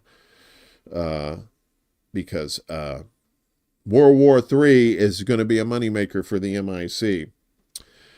U.S. Navy plane flies over the Taiwan Strait. The U.S. Navy's 7th Fleet said yesterday it flew a P-8A Poseidon, a surveillance plane, over the sensitive Taiwan Strait in the latest U.S. provocation in the region. China's People's Liberation Army, the PLA, criticized the transit and said that it deploys ships and planes in response to track the flight. The Theater Command mobilized naval and air forces to monitor and remain vigilant throughout the U.S. aircraft's transit, effectively responding and handling the situation, said Colonel Cao Jun, a spokesman for the PLA's Eastern Theater Command. The U.S. frames its military activity in the Taiwan Strait as routine, even though it's highly provocative to China. The U.S. military flies, sails, and operates anywhere international law allows, the 7th Fleet said in its press release on the flight. Cao said China was urging the U.S. to stop distorting and hyping and to jointly safeguard regional peace and stability. The U.S. sends warships through the Taiwan Strait more frequently than planes, but flights have become more common over the past year. The last U.S. flight over the strait took place in September, and the last U.S. warship transit happened in October. The U.S. Navy destroyer that sailed through the Taiwan Strait was joined by a Canadian frigate, as the U.S. has been encouraging its allies to increase military activity near China's coast. The U.S. has also continued to increase support for Taiwan, despite repeated warnings from China that the island is a major red line. Red line. Where are we at? Yeah, we're humming along pretty good. How's everybody in the chat doing? I'm gonna have a little sippy here. Also, I got to do a little. Had to make a gross noise that no one needed to hear. I mean, this is a gross noise, but okay. Ruble just lost 10% of its value today. Ooh, interesting. So the F-35 has been a problem plane for quite some time. Declassified Pentagon F-35 study details reliability, security woes for America's costliest weapon. There it is right there. A declassified Pentagon comprehensive test report of Lockheed Martin Corp's F-35 warplane, America's most expensive weapon system, reveals that 6 years of combat testing has been marred by reliability, and maintenance delays, guns that don't shoot straight, guns that don't, what are they just like, and unresolved concerns about cyber defense capabilities. The overall reliability, maintainability, and availability of the U.S. fleet remains below service expectations, the Director of Operational Test and Evaluation said in a redacted version of the February report, which was obtained by the Washington-based Project on Government Oversight through the Freedom of Information Act. The organization plans to release it tomorrow. A report discloses enough troubling nuggets that the incoming Trump administration would likely want a total review of the unredacted report's outline of readiness, maintenance, and logistics headaches, according to Greg Williams, POGO's Center for Defense Information Director. The Trump administration should bear in mind we've been flying the F-35 for 18 years. We still can't maintain it, keep its stealth skin intact, or shoot its gun straight, Williams said in a statement. The Heritage Foundation's Project 2025, which has been seen as a possible blueprint for the new administration through Trump, though Trump himself disavowed it, called for increasing the Air Force's annual procurement of the F-35A variant to between 60 and 90, up from a planned 48. There were times when the planned aircraft were not available because required repairs had not been completed or because spare parts were not available, the test office said. At other times, aircraft had failures after takeoff before planned tests could even begin. Overall, fewer aircraft were deployed and fewer sorties flown than planned due maintenance and reliability shortfalls that affected aircraft suitability, it said. Despite the issues, the Pentagon in March allowed the program to proceed a full-rate production, a key statement of confidence, but a largely symbolic move because Lockheed was already assembling jets at that pace. That decision came about a month after the 382-page report was fully classified, including its introductory letter to Secretary of Defense Lloyd Austin. The Defense Department estimates the program will cost more than $1.8 trillion over the course of its life cycle, including development, production, and sustainment. 1.8 trillion. Isn't that much for student debt? I don't know. I could be wrong. The Pentagon F-35 program office said in a statement that we have combat-capable aircraft in operation today, and they perform exceptionally well against the threat for which they were designed. Pilots continually emphasize that this is the fighter they want to take to war if called upon. This is my favorite murder machine. The readiness impact to the test fleet experienced during the operational test was not new or unknown, the office added, saying that it continues working to improve reliability and availability. Lockheed Martin, in a statement, said the F-35 consistently meets or exceeds the reliability performance requirements we are contracted to deliver, as almost 90% of F-35 components are performing better than required. We are investing more than $350 million in our engineering development systems, integration, test capabilities to create capacity and efficiency for the program to learn earlier in the process, the company said. The problems identified in the report include the aircraft system for automatically diagnosing faults, sent false alarms at a rate of 1 per hour against a requirement of 1 per 50 hours. The F-35 takes at least twice as long to repair as required compared to its formal requirements, in part because the poor failure rate of critical parts was a significant contributor to low availability for missions, and the critical failures are relatively evenly spread out among many different components. Jets often flew test missions with their stealthy exterior coatings, technically known as low observable, in need of repair. Maintenance such as low observable system restoration was frequently deferred to allow aircraft to continue to fly, the report said. None of the Air Force and Navy models performed missions while fully stealthy. So they were half naked when they was doing these things. The 25-millimeter cannon mounted on the F-35 Air Force variant failed to hit targets because of design and installation issues, despite years of remediation efforts. Details on the F-35's ability to withstand cyber attacks on its 24 most sensitive systems were redacted, although an unredacted portion said the knowledge of actual aircraft vulnerability is limited, and urged the program office to provide a jet that allows for full end-to-end testing in a representative cyber threat environment. So, like, I guess they can get hacked. You can hack them. Wow.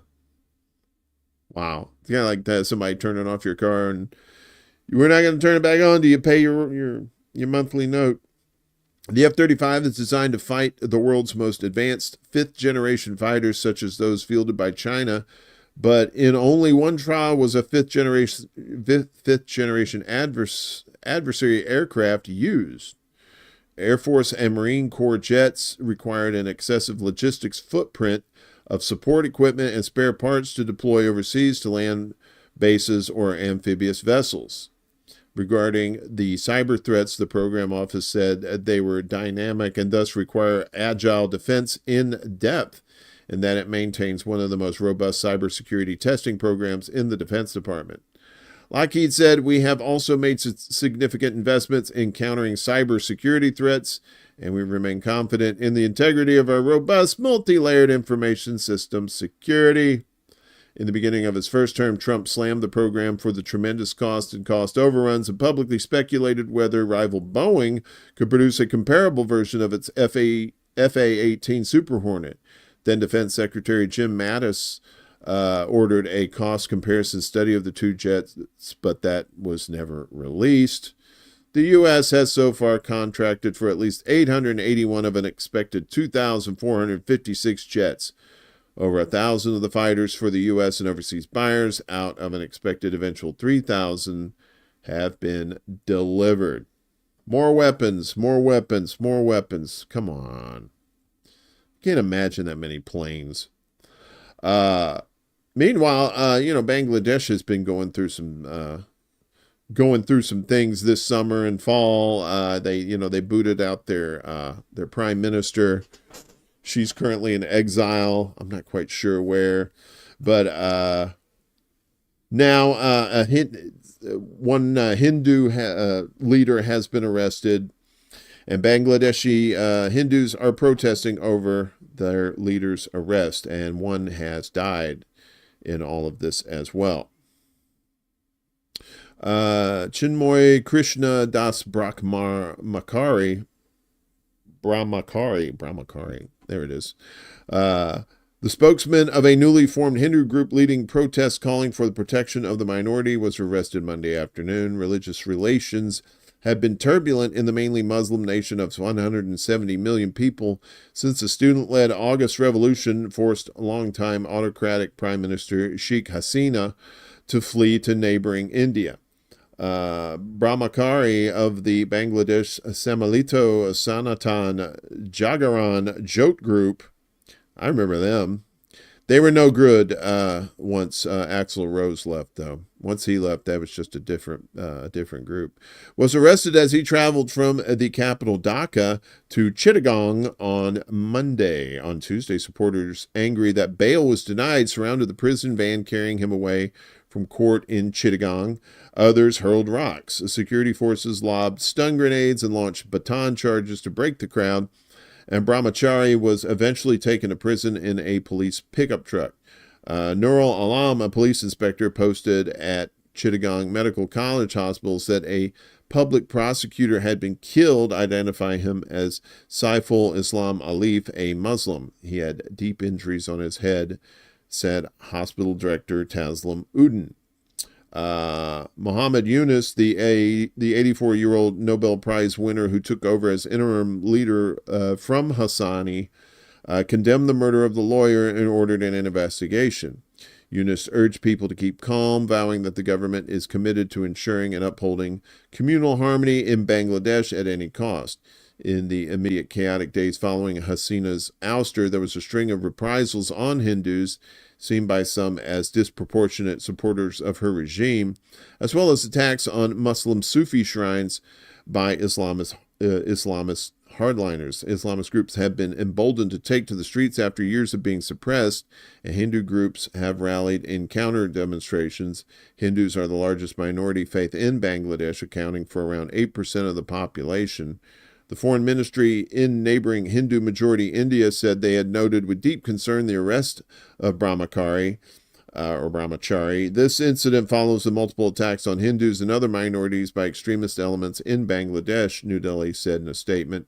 Ties between Dhaka and New Delhi have been frayed, not least by India's hosting of their old ally Hasina, wanted in Bangladesh to face charges of alleged crimes against humanity. Hasina's 15-year tenure saw widespread human rights abuses, including the mass detention and extrajudicial killings of her political opponents. Yeah. And meanwhile, over in Pakistan, we have the Pakistani authorities have started clearing Imran Khan supporters from the capital after deadly clashes there. Pakistani security forces launched an operation last night to disperse supporters of imprisoned former Prime Minister Imran Khan, who had gathered in the capital to demand his release from prison.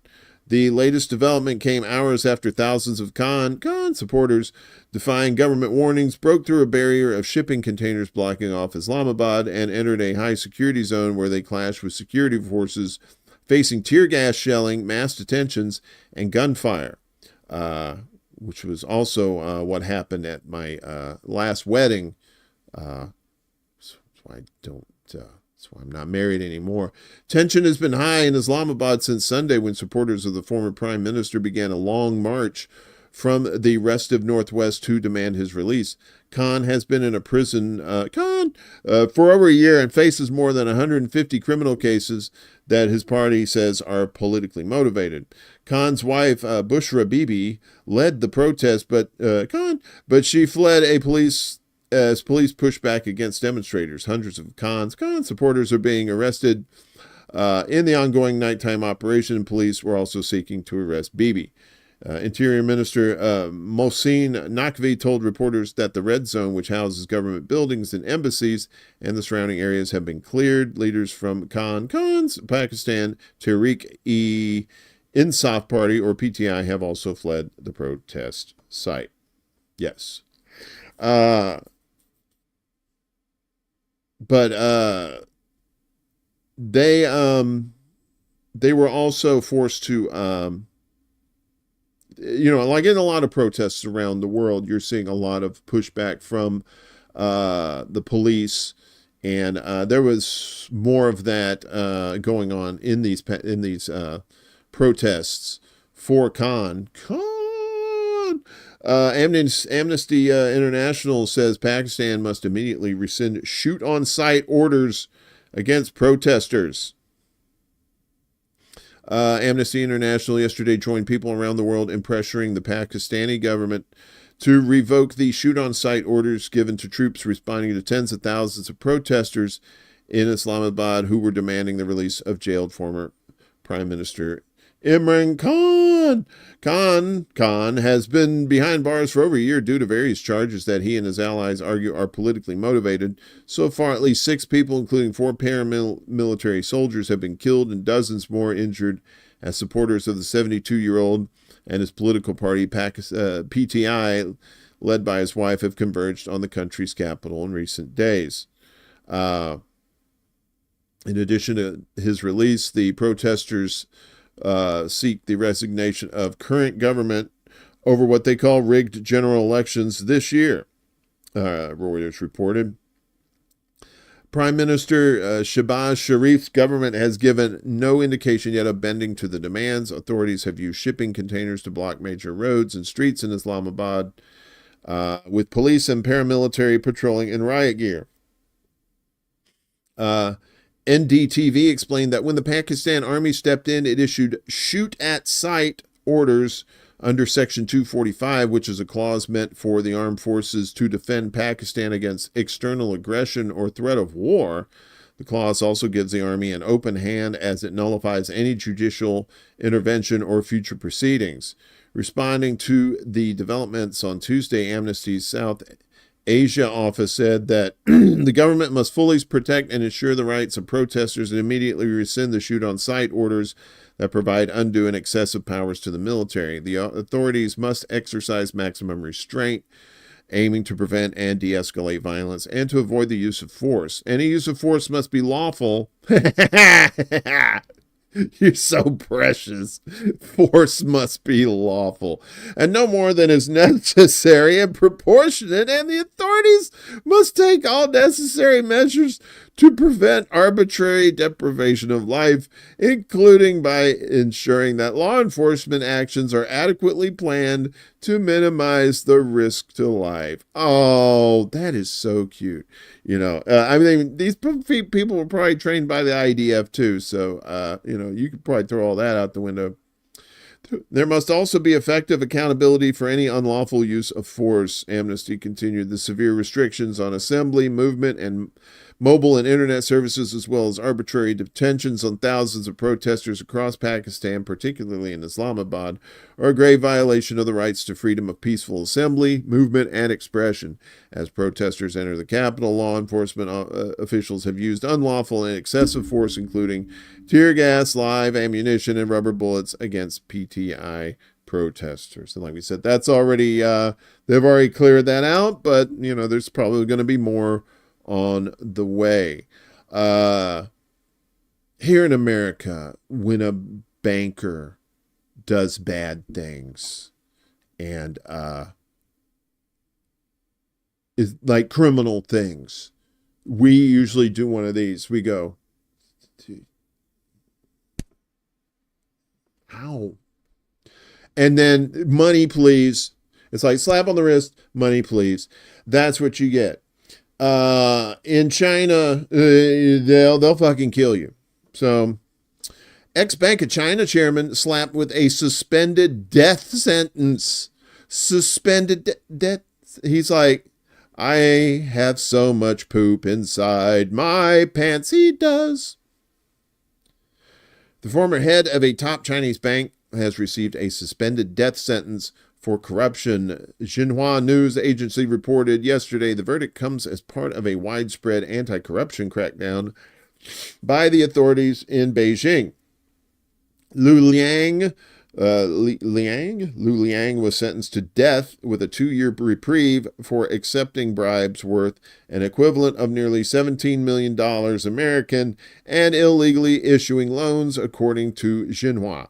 Lu served as chairman of the Bank of China for 4 years until his resignation in March last year, several weeks before the authorities revealed that he was facing corruption charges. He was arrested in October of last year. According to Tuesday's ruling, all of Lu's personal property will be confiscated, and all his legal gains must be recovered and turned over to the state treasury. The 2-year reprieve, awarded because the accused had cooperated with authorities and shown remorse. I'd probably show remorse too if I knew I was about to fucking die. Please, oh please. They're like, no, we don't need that kind of justice. Get your ass over here. Because it means that the sentence will only be carried out if Lu commits further crimes during the period, Reuters reported. If reprieved, the 63-year-old will serve a life sentence. Lu is the latest high-profile figure to be sentenced to death as part of a widespread anti-corruption efforts ordered by President Xi Jinping, targeting the country's $60 trillion financial sector. Oof. Former Deputy Central Bank Governor Fan Yefei was sentenced to death for bribery in October, also with the 2-year reprieve. In May, Bai Tianhu, a former executive at one of the country's largest state-controlled asset managing firms, was sentenced to death for accepting bribes worth nearly $152 million American. She has made fighting corruption a key policy issue. Since becoming president a decade ago, the campaign enjoys considerable public support, although the critics claim it allows the president to consolidate power by replacing rivals with loyalists in key positions. Yeah, but bankers. I'm not. Look, I don't like violence, but if certain elements of our society have done evil and rotten things and have destroyed so many lives, who am I to say what other people do? It's none of my business. Meanwhile, Somalia's federal government rejects Jubaland election, orders legal action against Ahmed Madobe. I hope I said that name right. The federal government of Somalia has issued a strong rebuke to the election held in Kismayo that re-elected Ahmed Mohamed Islam for a third term as the leader of Jubaland. Jubaland just sounds like some sort of like theme park in Tennessee or Missouri. In an emergency cabinet meeting convened shortly after the election results were announced, the Somali government described the election process as illegal and vowed to take immediate legal action against both Madobe and the electoral process. In a formal legal document, the cabinet outlined several grounds for challenging the election, citing violations of Somali law and irregularities in the electoral process. Among the primary allegations are violation of electoral laws. The federal government claims the election breached Law 24 of 31, March 24th, on March of this year, which governs, oh, wait a minute, is that the name of the law? Law 24 of 31, March 2024, okay, which governs electoral procedures for regional leadership elections in Somalia. Illegitimate Electoral Commission. The cabinet asserts that the Electoral Commission overseeing the election was improperly appointed by Madobe himself, a move that they argue undermines the integrity and impartiality of the election process, and unlawful selection of representatives. The process by which members of the House of Representatives were selected for the election is also under scrutiny, with the government calling the selection irregular and unlawful. As part of its response, the federal cabinet has ordered Somalia's prosecutor general to initiate legal proceedings against the election process, calling for a case to be brought before the Supreme Court to challenge the legitimacy of the election and seek to nullify Madobe's re-election. This latest development marks a significant escalation in the already tense relations between the Somali federal government and the Jubaland state of Somalia, which is led by Madobe. The dispute between Mogadishu and Kismayo now enters a critical phase, with the federal government asserting its legal authority to intervene in the internal affairs of regional states. The legal challenge is expected to heighten political tensions, possibly leading to a prolonged legal battle that could further polarize the country's political landscape. Supporters of Madobe have defended the election, claiming it was conducted according to the region's constitutional procedures and that it represents the will of the people of Jubaland. However, critics have long accused Madobe of consolidating power and manipulating political processes to remain in office. All that political unrest in Africa is crazy, right? You know, we here on the show, I'm one of these people that is a huge advocate for the safety of women in the world. You know, in these war-torn countries, a lot of things can happen to women. And I'm not saying women can't take care of themselves. They can, but it's more often than not, they are victims in the war. You can see in Gaza, like women and children are most of the victims that are going on there. But this is a surprising number that I found here, that an average of 140 women killed by intimate partner or relative every day. So it's usually it's the people we know that hurt us the most. The deadliest place for a woman is at home, and 140 women and girls on average were killed by an intimate partner or family member per day last year. That's according to 2 UN agencies. Globally, an intimate partner or family member was responsible for the deaths of approximately 51,100 women and girls during 2023, an increase from an estimated 48,800 victims in 2022, UN Women and the UN Office of Drugs and Crime said. The report, released on the International Day for the Elimination of Violence Against Women, said the increase was largely a result of more data being available from countries and not more killings. But the 2 agencies stressed that women and girls everywhere continue to be affected by this extreme form of gender-based violence, and no region is excluded. And they said the home is the most dangerous place for women and girls. UN Women's Deputy Executive Director Nairazadi Gumbonanzva, I'm going to say NG, told a news conference launching the report that women have been killed by their loved ones for a long time, and the trend is continuing because underlying issues haven't been addressed, especially gender stereotyping and social norms. This is killing, which is associated with power over women, she said, and it continues because of the continuing impunity for violent attacks against women. Gumbonzvanda, that is a very unfortunate name, a Zimbabwean and a longtime advocate for women's rights, said there is a lot of perpetrator anonymity when it comes to the killing of women by partners or family members, because it means the family members have to bring justice against another family member. Yes, same thing here in America as well. What's up, Teresa? Good morning to you. And we got Kiwi Corner over there too on the Rumbles. Good to see you, my friends. UN Women is campaigning for those with economic and political power and for leaders in various traditions not to use their power to perpetrate violence. Power should be used to facilitate options for prevention, she said. According to the report, the highest number of intimate partner and family killings was in Africa, with an estimated 21,700 victims in 2023. Africa also had the highest number of victims relative to the size of its population, 2.9 victims for 100,000 people, it said.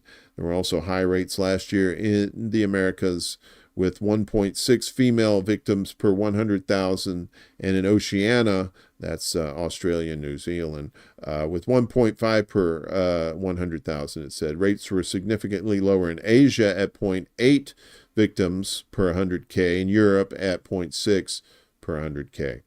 According to the report, the intentional killing of women in the private sphere in Europe and the Americas is largely by intimate partners. By contrast, the vast majority of male homicides take place outside homes and families, it said.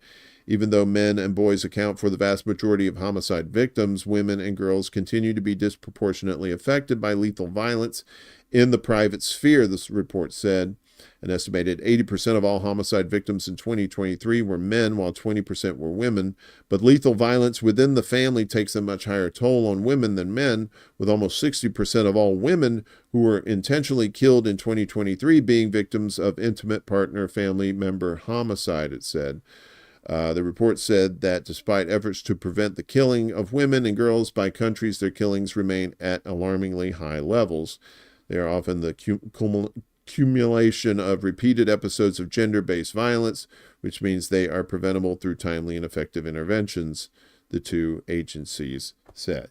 Yes, and someone who grew up with, like I said, a big mama's boy, grew up with sisters, surrounded by women most of his life, not in that way, but, I've, and especially as someone who is from the South, I've, not only heard of domestic violence issues being run rampant, some of the causalities having to do with, just like everything else negative, the economy, like psychological mentality, that sort of thing, and this very patriarchal dominance that men still tend to have in the South, although women run shit, don't get me wrong. But yeah, so it's heartbreaking to hear that, especially when it's supposed to be a loving relationship, and you put so much trust into your partner, and for that partner to not only destroy that trust, but to physically harm you and kill you. We still have a long way to go when it comes to, dealing with these old archaic problems that are still rearing their ugly heads here in the 21st century, among other things that we should be taking care of, repeatedly, but we don't. So, meanwhile, the Chilean president is saying, I didn't do that. President Boric rejects allegations of sexual harassment. He looks very intent on that. Chilean authorities have confirmed that President Gabriel Boric is being investigated over allegations of sexual harassment. In a statement on Tuesday, Attorney General Christian Crisosto said allegations filed in September at the prosecutor's office of Magallanes in southern Chile, where Boric previously served as a lawmaker, are being investigated. The 38-year-old Boric has categorically denied the allegations through his attorney, Jonathan Valenzuela, who said in a statement that Boric himself had been the victim of systemic harassment via email. Valenzuela said the complaint comes from a woman who sent Boric unsolicited and sexually explicit emails from July 2013 to July 2014, while the complaint accuses Boric of harassment and leaking private images. He added that the president had never had an emotional or friendly relationship with the accuser, who is unnamed, and communications records between Boric and the woman have been submitted to authorities to clarify the status of the president as a victim. Chrysostos said there is a criminal case related to the facts listed, and a special investigative team has been tasked with looking into the matter. Boric took office in March 2022 after a wave of mass protests against neoliberal economic policies and has struggled to move progressive priorities forward. The harassment allegation comes at a time when the Chilean president is mired in a separate scandal involving allegations that former Undersecretary of the Interior Manuel Monsalve raped a subordinate. Boric enjoys presidential immunity and would have to be impeached to be formally investigated for a crime. Yeah. This is going to be a long show today, folks, because I don't know if we're going to have a Friday show or not. I haven't figured it out yet. But we're making up for it today. So hopefully you're getting your knowledge on today. So they made it official. Brazil ex-president Bolsonaro plotted election coup, according to the Popo. My face is so large in this picture. Brazilian federal police have published a report implicating former far-right President Jair Bolsonaro in an alleged criminal organization designed to overturn the 2022 presidential election, won by his leftist challenger and current president Lula da Silva. The 884-page report made public on Tuesday outlined 8 main pieces of evidence against Bolsonaro, including an alleged meeting he took with members of Brazil's armed forces to plan the coup. The evidence collected throughout the investigation shows unequivocally that then-President Jair Messias Bolsonaro planned, acted, and was directly and effectively aware of the actions of the criminal organization aiming to launch a coup d'etat and eliminate the democratic rule of law, the report explained. Prior to its release, the report was sent to Brazil's top prosecutor, Paulo Gonet, who has yet to decide whether to bring charges against Bolsonaro. A report expands on bombshell accusations last week that Bolsonaro and 36 others conspired to retain power, even in the event of electoral defeat. And these are the list of names that I'm not going to butcher, even though I do a little bit better with kind of Spanish-sounding names, although this is Brazil, so it would be Portuguese, and I ain't even going to attempt it. But links will be in the description after the show, so you can look up them names all you want. And you can fuck up the pronunciation. So old Trumpy coming in, he's starting to piss off the neighbors. Trump vows to slap new tariffs on key U.S. trading partners. Mexico and Canadian imports would face 25% duties, while levies on Chinese products would rise by 10%. Oh, crepes, what are you doing? Donald Trump has said he plans to levy sweeping duties on all Canadian, Mexican, and Chinese imports after he takes office in January. Posting on his Truth Social platform, Trump promised more tariffs as part of a proposed crackdown on illegal immigration and the U.S. fentanyl crisis. One moment, please. Delicious. Get my fingers there. Thousands of people are pouring through Mexico and Canada, bringing crime and drugs at levels never seen before, he wrote. Trump threatened to levy a 25% tariff on all goods coming from Mexico and Canada until such times as drugs, in particular fentanyl, and all illegal aliens stop this invasion of our country. Both countries have the absolute right and power to easily solve this long-simmering problem, he claimed. In a separate post, Trump threatened a blanket 10% tariff on all Chinese imports on top of any existing duties until Beijing follows through on punishing drug dealers sending fentanyl to the U.S. So you're going to make you pay more money because fentanyl. The U.S. fentanyl epidemic and the subject of growing illegal immigration were hot topics during the 2024 presidential election campaign.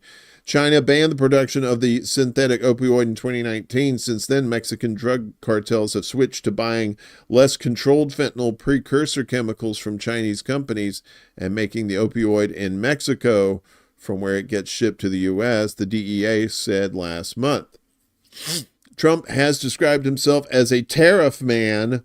I used to be a tariff man myself, but I'm more of a Dapper Dan kind of guy, and engaged Beijing in a years-long trade war during his first presidency. In 2018, relations between the two countries soured as Trump imposed tariffs and restricted China's access to high-tech U.S. products and foreign investments involving security concerns. The Republican also accused China of unfair commercial practices. The Chinese embassy in Washington warned that no side will benefit from a trade war, commenting on Trump's tariff threat. China believes that China-U.S. economic and trade cooperation is mutually beneficial in nature, embassy spokesperson Liu Pingyu said in a statement. No one will win a trade war or a tariff war, not even the tariff man. Tariff man. That just sounds like a really, like a G level, like DC comic superhero. Earlier in November, Chinese President Xi Jinping told U.S. President Joe Biden that U.S.-China relations could face a setback if either pursue vicious competition and seek to hurt each other. Stop hurting me.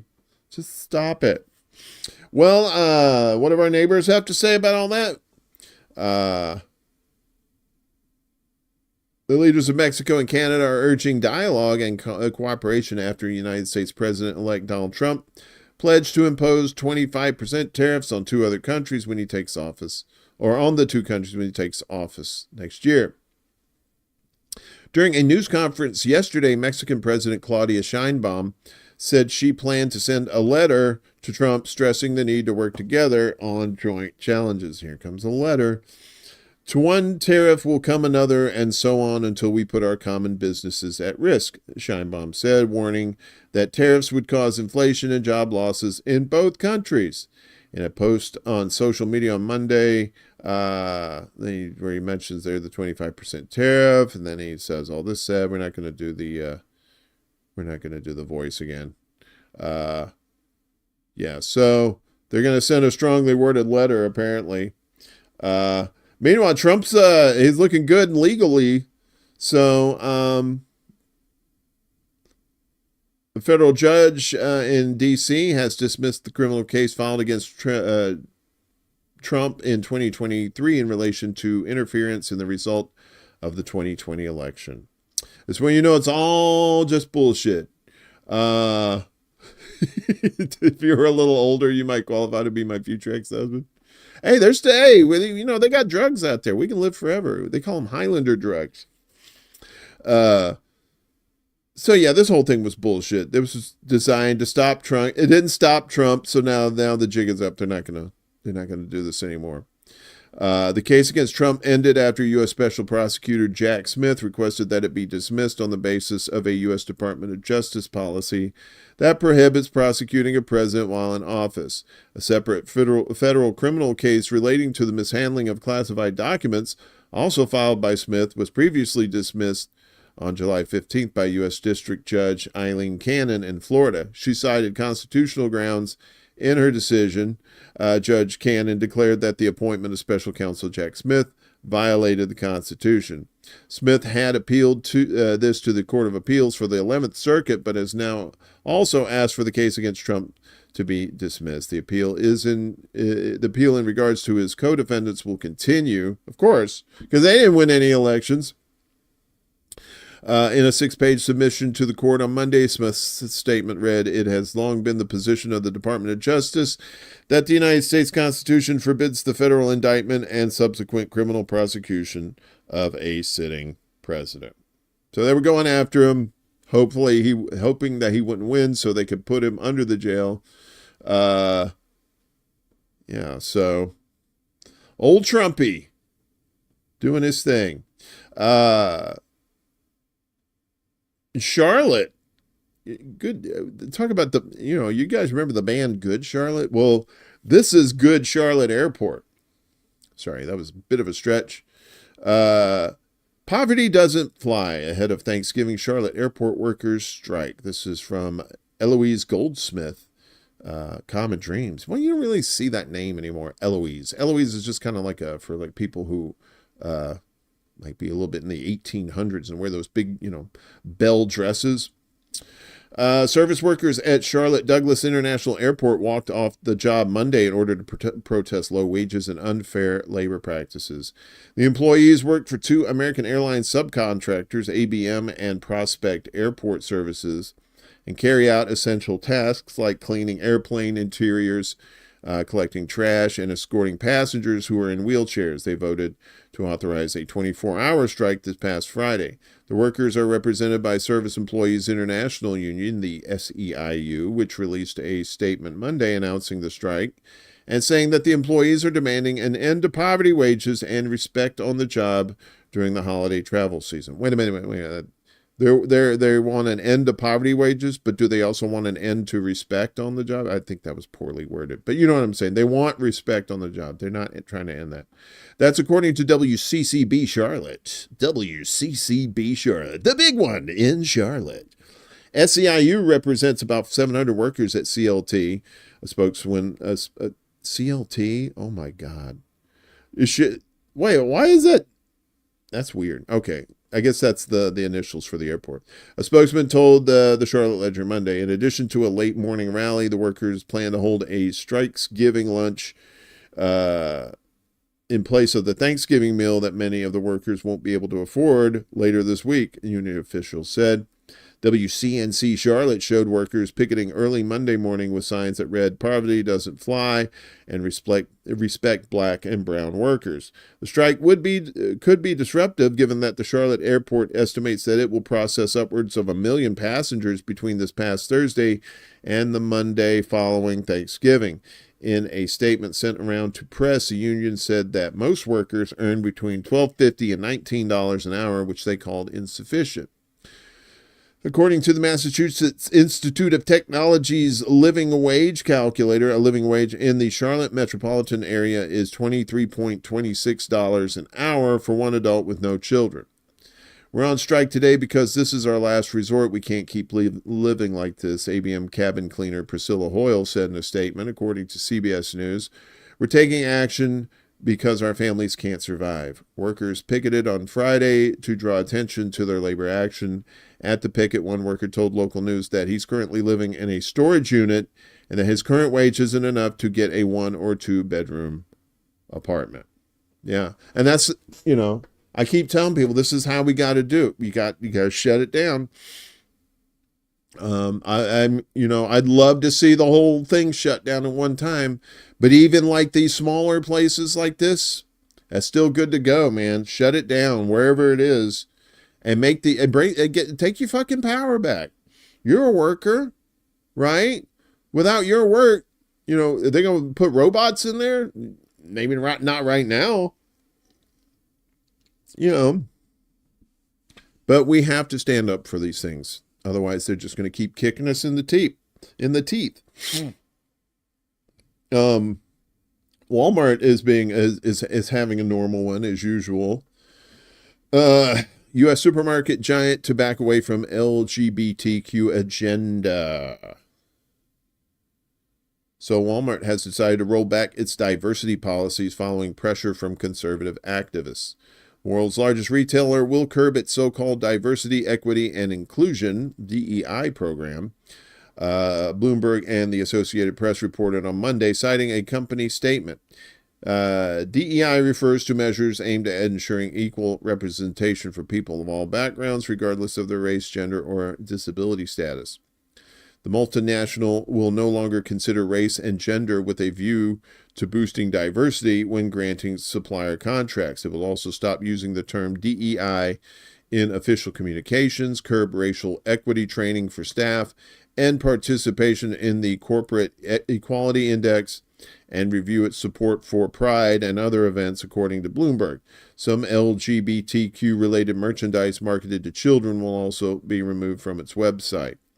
Last week, conservative influencer Robbie Starbuck, whose stated goal is to bring sanity back to corporate America, pledged to expose wokeness within the company. On Monday, the activist released a statement on Tweeters claiming that Walmart had agreed to the changes after having productive conversations to find solutions. Some of the policy changes, such as a move away from using the using the initials DEI in job titles and communications, have been in progress for a while, AP quoted a Walmart spokesperson as saying. The retailer, which employs 1.6 million workers in the U.S., has become the latest and the largest company so far to curb its diversity programs. Previously, Harley-Davidson, John Deere, Boeing, Polaris, Ford, Jack Daniels, Caterpillar, and others announced changes to their corporate policy. Companies can clearly see that America wants normalcy back. The era of wokeness is dying right in front of our eyes. The landscape of corporate America is quickly shifting to sanity and neutrality, wrote Starbuck, who has over 700,000 followers on Tweeters. The Wall Street Journal previously reported that U.S. President-elect Donald Trump, who has picked Elon Musk to become his government efficiency advisor, plans to outlaw DEI initiatives in workplaces and educational institutions when he assumes office in January. There you go. So, I mean, but that's the thing. It's like, okay, yeah, the ridiculous stuff I can understand, but then when you have like common sense stuff where people are legitimately getting discriminated against, I'm afraid those measures too might get swept by the wayside too. So, as always, folks, stay frosty because fuckery is always afoot. Egg prices. Me and my buddy Ed were talking about this. Egg prices tick up in the U.S. amid efforts to halt the spread of bird flu. Egg prices are rising once more as lingering outbreak of bird flu coincides with the high demand of the holiday baking season in the United States. Oh, bird flu. But prices are still far from the recent peak they reached almost 2 years ago, and the American Egg Board, a trade group, says egg shortages at grocery stores have been isolated and temporary so far. Those are being rapidly corrected, sometimes within a day, said Emily Metz, the Egg Board's president and chief executive officer. Do you see what I did there? You see I did the executive officer. Where's my... That's a different show. The average price for a dozen eggs in the U.S. cities was $3.37 in October, according to the Bureau of Labor Statistics. That was down significantly from January of last year when the average price soared to $4.82. But it was up 63% from October 2023 when a dozen eggs cost an average of $2.07. Sometimes supermarkets may be to blame for price spikes beyond the levels of inflation. Oh, you think? Well, look at this. I love how that's worded. Sometimes supermarkets may be to blame for price spikes beyond the levels of inflation. Yeah, that's called greed, motherfucker. It's called greed. Well, yeah, you didn't need some big ass sentence. Sometimes supermarkets be greedy.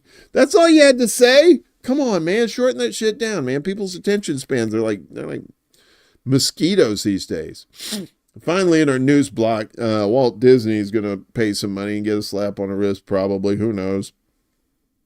Disney agrees to pay $43.3 million to settle pay discrimination suit. Yep, there you go.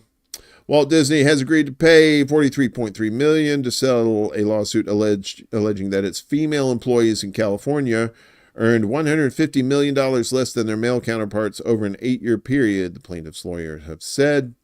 As part of the settlement, Disney has agreed to retain a labor economist for 3 years to analyze pay equity among full-time non-union California employees below the vice president level and address differences, the 3 law firms representing the plaintiffs said in a statement on Monday.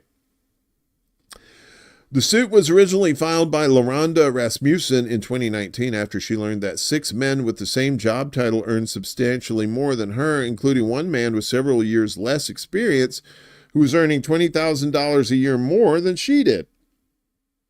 Some 9,000 current and former female employees at the entertainment company eventually joined the suit. Disney attempted to stop the class action, but a judge ruled last December that it could proceed. Andrus Anderson, one of the law firms, said at the time, I strongly commend Ms. Rasmussen and the women who brought this discrimination suit against Disney, one of the largest entertainment companies in the world. Entertainment might be a bit of a stretch these days.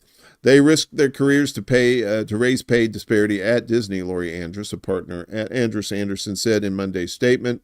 We've always been committed to paying our employees fairly and have demonstrated that commitment throughout this case. We're pleased to have resolved this matter, a Disney spokesperson told Reuters. So, yes.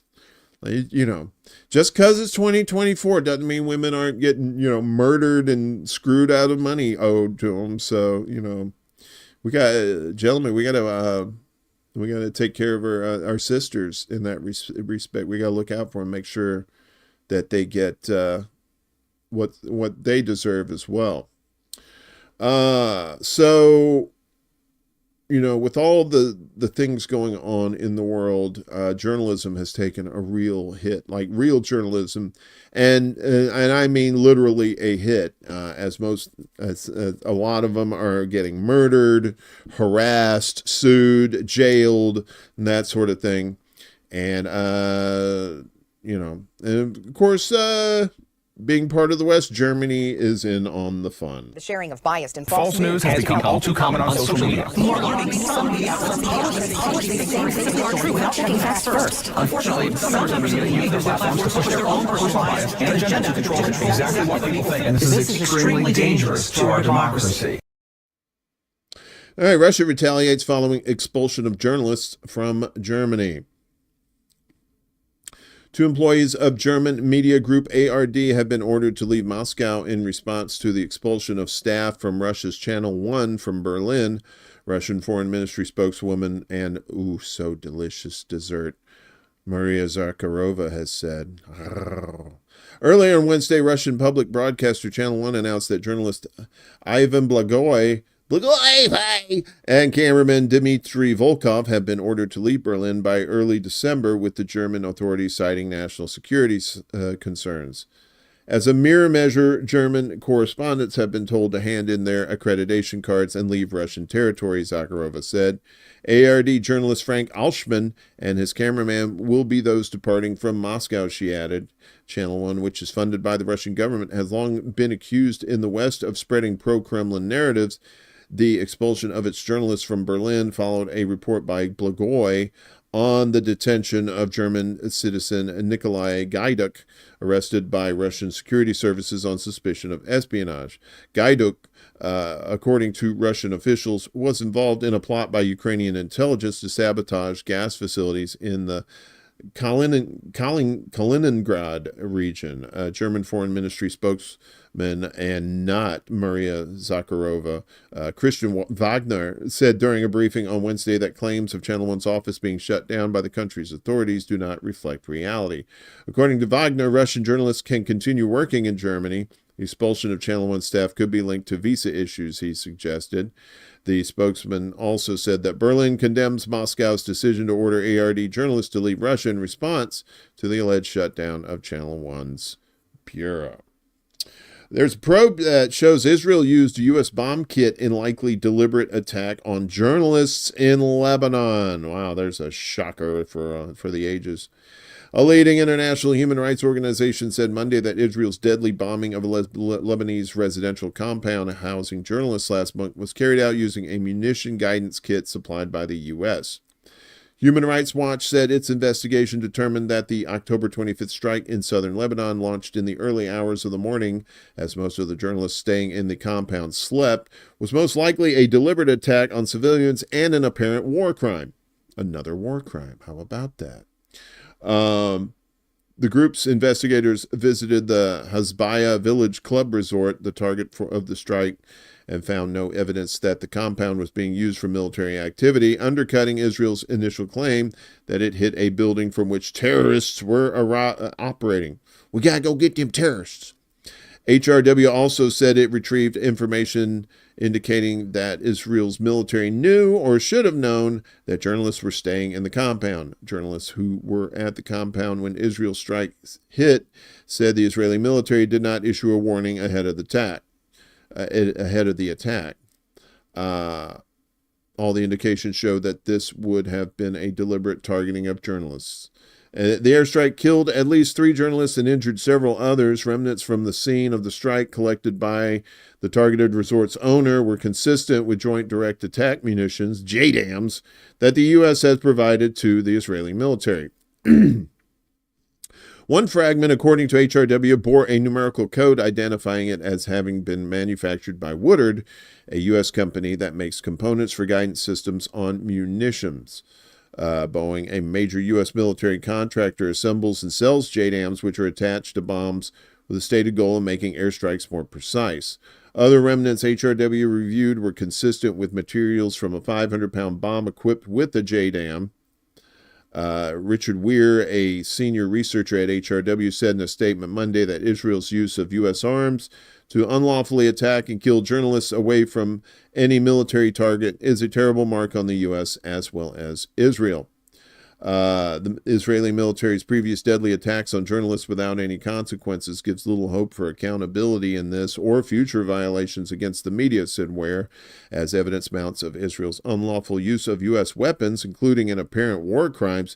U.S. officials need to decide whether they will uphold U.S. and international law by halting arms sales to Israel or risk being found legally complicit in serious violations. The Guardian conducted a separate investigation of the Israeli strike and reached conclusions mirroring HRW's, reporting Monday that Israel used a U.S. munition to target and kill 3 journalists and wound 3. So the rest of it goes on here. And like I said, I'll have the links to this in here. But targeting journalists, that's the thing. It used to be the exception, and now it seems like it's the rule, right? Why is that?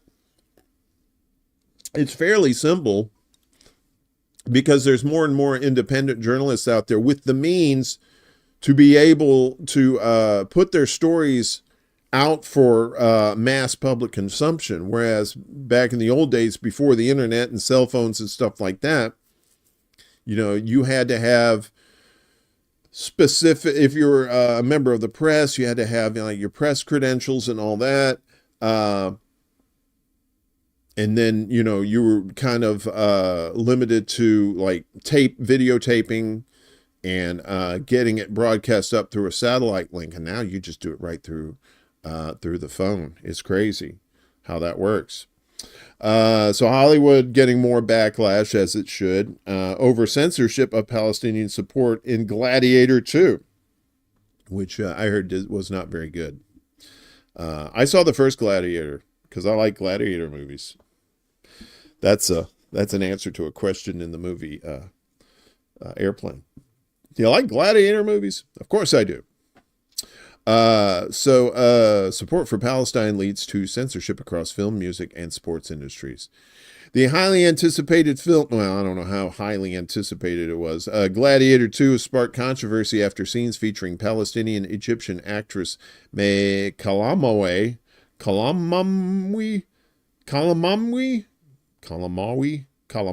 okay. I really should read these names a lot more before I actually read them to you guys.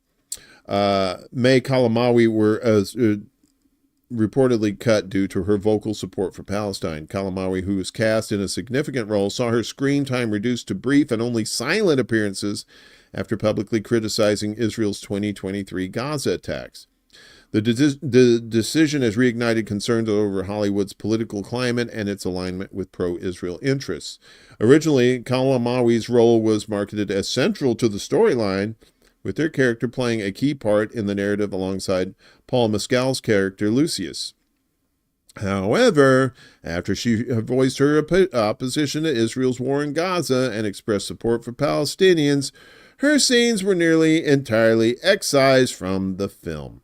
The drastic reduction in her role, contrary to initial announcements, has been widely seen as a response to her political stance. You'd think this incident is part of a broader pattern of censorship and backlash against individuals in entertainment who express solidarity with Palestine. Actress Melissa Barrera faced a similar fate when she was removed from Scream 7 after criticizing Israel's actions during the Gaza conflict. Barrera's posts, which condemned the Israeli attacks and highlighted the suffering of Palestinians, were deemed anti-Semitic, of course, by the film's producers, leading to her dismissal. These moves have fueled accusations that Hollywood is silencing Palestinian voices and restricting freedom of expression in favor of political agendas. The controversy is not confined to film. Individuals who have supported Palestine have faced professional consequences in sports and music. French footballer Karim Benzema was accused by France's interior minister of promoting political Islam after showing support for Palestine on social media, despite offering no evidence of any connection to terrorist groups. Similarly, Dutch footballer Anwar El Ghazi was dropped from the German Bundesliga team Mainz 05 and had his contract terminated following a pro-Palestinian post. This pattern of political censorship is not new. Legendary musician Roger Waters has faced long-standing pressure, including concert cancellations and smear campaigns for his outspoken support of Palestinian rights. Model Bella Hadid, who has also been vocal about her Palestinian heritage, recently lost an endorsement deal with Adidas after lobbying from pro-Israel groups. These actions demonstrate the systemic pushback against those who challenge Israeli policies. The removal of Kalamawi's scenes from Gladiator 2 is seen as a clear example of Hollywood's political influence, with critics arguing that it reflects a broader trend of marginalizing voices that oppose Israel's treatment of Palestinians. As the debate continues over the limits of free expression in the entertainment industry, Kalamawi's case underscores the risks faced by artists who take a stand on contentious and political issues. The film had its world premiere in Sydney on October 30th, was released in the UK on November 15th, and in the US on last week, November 22nd. So, Gladiator 2, Electric Boogaloo. I told you this is a long show, folks. This is probably going to be the longest one we've had. We still got a few more here to go. Okay. More than 300 Afghan reporters suffer rights breaches under the Taliban. So, yes, we were just talking about the Taliban earlier. More than 300 Afghan journalists have suffered rights breaches since the Taliban surged back to power in 2021, a UN report said Tuesday, documenting dozens of cases of torture and arbitrary arrest. Afghanistan's media sector has dramatically shrunk under the 3 years of Taliban government, while international monitors have criticized Kabul's new rulers for allegedly trampling reporters' rights. Research by the UN Assistance Mission in Afghanistan and its Geneva-based Human Rights Office said journalists and media outlets operate under an environment of censorship and tight restrictions. Between the Taliban's return in August 2021 and the end of this September, the UN team documented instances of human rights violations affecting 336 journalists and media workers, the report said. It recounted 256 instances of arbitrary arrest and detention, 130 of torture and ill treatment, and 75 of threats or intimidation. UNAMA chief Rosa Otumbayeva said journalists often face unclear rules on what they can and cannot report, running the risk of intimidation and arbitrary detention for perceived criticism. Deputy Information Minister Hayatullah Muhajir Farahi recently said media were allowed to work if they respect Islamic values, the higher interests of the country, its culture, and traditions. So you can report as long as it's coolio with the Islamic values. When the Taliban seized power after their 2-decade insurgency, Afghanistan had some 8,400 media employees, including 1,700 women. Only 5,100 remain in the profession, including 560 women, according to people working in the industry, as the Taliban government has introduced far-reaching curbs, including shutting women out of the public sphere. Every effort must be made to ensure that journalists and media workers, and that includes all women, are respected and protected, UN Rights Chief Volker Turk said. Since 2021, Afghanistan has slipped from 122nd place to 178th in Reporters Without Borders press freedom rankings of 180 countries. Yikes. Yeah. So, we were talking about Pakistan and then there's shoot on sight rules or whatever. Well, of course, they're trying to tighten on, get their online surveillance tightened up. So Pakistan tests a secret China-like firewall to tighten online surveillance. Pakistan's government has deployed Chinese technology to build what some senior officials familiar with the project are calling a new national internet firewall that will allow authorities to monitor online traffic and regulate the use of popular apps with greater control than before. The project aims to upgrade the government's web monitoring capabilities at the country's main internet gateways as well as at the data centers of mobile service and major internet service providers. Senior executives from 2 internet service providers and an official from the country's security establishment told Al Jazeera that trials of this new firewall installed as part of Pakistan's internet infrastructure were responsible for a spate of complaints of poor internet connectivity in the country in recent months. Officially, though, government officials, while acknowledging that they are tightening the country's online monitoring structure, they've denied that this is to blame for slowdowns in internet speed. The trial of the new firewall comes at a time of heightened political tensions in Pakistan. The country's authorities have suspended mobile internet and blocked several VPNs amid a massive protest launched by supporters of former Prime Minister Imran Khan, who is under arrest since October 23. Over a spate of charges. The protesters who have arrived in Islamabad despite court orders against their agitation demand Khan's release. At least 6 security people have died in the clashes. The new monitoring system, the trial started well before the latest protest march, cost between 20 to 30 billion rupees. That's about 72 to 107 million American, according to officials aware of the project. And, yeah. What is this one? Okay. Oh, this is the last part. And finally,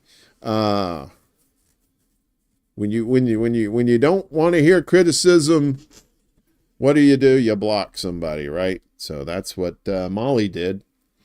Not Molly, but Mali, M-A-L-I. Mali cuts TV news station signal over broadcast criticizing Burkina Faso's ruling junta. Mali's ruling junta cut the signal of the popular news broadcaster Joliba TV News after a prominent politician criticized the military rulers of neighboring Burkina Faso during a televised debate, a journalist for the channel said Tuesday. This morning, the authorities cut off our TV channel signal, but we're still hopeful that they'll restore it soon. Ataher Halidou, the journalist who chaired the debate, told the Associated Press. Earlier this month, Malian authorities arrested and jailed politician Issakou N'Djimene, I know I butchered that name, after he claimed during the debate on Joliba TV that the military rulers of Burkina Faso had fabricated evidence of a foiled coup in September. The director of the broadcaster was also questioned by the authorities. The decision to cut Joliba's TV signals is the latest crackdown on press freedom and political dissent in Mali, which has been ruled by a military regime since 2020. In June, the authorities arrested 11 opposition politicians and several activists. That followed the junta's decision to ban the media from reporting on the activities of political parties and associations. The Press House of Mali, which represents journalists and the media in the West African country, threatened on Sunday to rebroadcast the televised debate if the authorities revoked Joliba's license. We are in talks with the Malian authorities to find a global solution that not only concerns the restoration of Joliba TV's signal, but also the threat of withdrawal of its license and all other factors concerning press freedom. Bandiagou Dante, the president of the press organization, told the AP. N'Djimene was one of the vice presidents of the National Transitional Council, Mali's legislative body under the junta. He later distanced himself from the military regime and said he favored a return to electoral democracy. In 2021, he received a 6-month prison sentence after he criticized the military regime on social media. Mali has been ruled by military regimes since the series of coups has capitalized on popular discontent with previous democratically elected governments over security issues. With Niger and Burkina Faso, it is a member of the Alliance of Sahel States, a mutual defense pact which was created by the 3 states in 2023. The security situation in the AES member countries has worsened in recent times, analysts say, with a record number of attacks by Islamic extremists. Government forces have also been accused of killing civilians they suspect of collaborating with militants. There you go. And I think this is probably a good lead into for what's going to happen this evening. Hey, Ghost Start, good to see you. Hope Hezbollah for the win. So we are going to be talking about propaganda tonight. So check us out. I will be joined by my buddy Franco from Frank Analysis, and of course, Jerry Vassilatos and Edward Heller. 2 of the fine members of Chicago Corner. All of us have media backgrounds. So what we'll be doing tonight at 8 p.m. Eastern, 5 p.m. Pacific on ExtraBulla Live, hosted by yours truly, we'll be talking about the different kinds of propaganda that there are out there, how you can recognize propaganda, and hopefully we'll have we can talk about how you can talk to your friends who are probably propagandized to the hilt, what you can do to help them get out of their bubble. And folks, there are so many bubbles out there. You think a little kid with a little ring is dipping it into some soap and going. So, finally, today, we try to end the show with somewhat good news, or at least weird news. The world's oldest, hang on a second.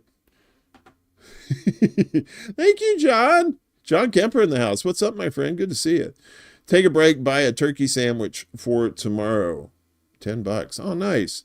I can't eat turkey because that would make me a cannibal. See, because I'm a jive turkey. Say what? That's very nice of you. Thank you, John. I appreciate you, brother, man. So the world's oldest alphabet, written on finger-sized clay cylinders, uncovered in Syria's Aleppo province.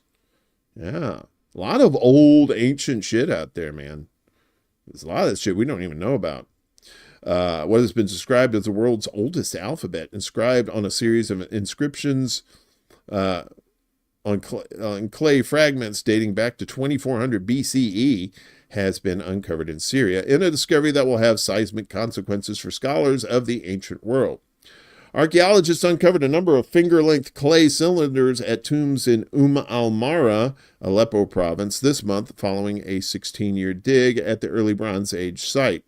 Glenn Schwartz, a professor of archaeology at Johns Hopkins University who found the cylinders, said the discovery will give historians a tantalizing insight into the ancient world. Alphabets revolutionized writing by making it accessible to people beyond royalty and the socially elite. Alphabetic writing changed the way people lived, how they thought, how they communicated, he said, according to the university's student-run Hub magazine. And this new discovery shows that people were experimenting with new communication technologies much earlier and in a different location than we'd imagined before now. The cylinders were among gold and silver jewelry, cookware, a spearhead, pottery, a dildo, no, I'm just kidding, and six skeletons found at one of the best preserved tombs at the al-Mara site. The newly discovered writing predates by 500 years the world's previously known oldest alphabet found in Egypt, dating back to 1900 BCE.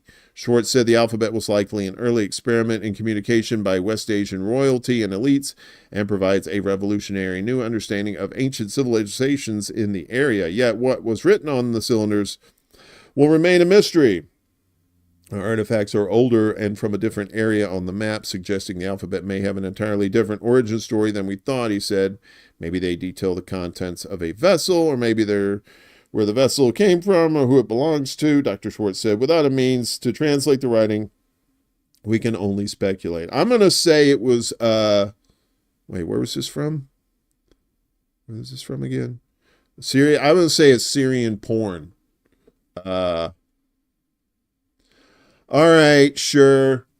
Why does your chin look like Santa's nuts, you freak of America? Thanks for the Canadian $20, which amounts to about $4 American and maybe a bucket of chicken, if you're lucky. Thanks for the cash, boss. Finally tonight, you know, I love love, and you should too. Tonight. Well, I guess it is afternoon. Florida inmate used prison air vent to get pregnant like Virgin Mary. You know, miracles. What's up, Miguel? Good to see you. So yeah, murder suspect gave birth to her miracle baby after becoming pregnant by another man. Another murder suspect she never met in prison. So there's the, mustache. Really? Okay. An accused killer in Florida, in a Florida jail. Of course, this happens in Florida. This has to happen in Florida. An accused killer held in a Florida jail claims she got pregnant with another inmate's baby without ever having met him in person. Daisy Link, 29, is being held at the Turner Guilford Night Correctional Center in Miami-Dade County for the alleged murder of her husband in 2022. The reported father of the baby, Juan De Paz, 23, older lady, is facing a separate murder charge and was being held in the same facility before he moved to another jail.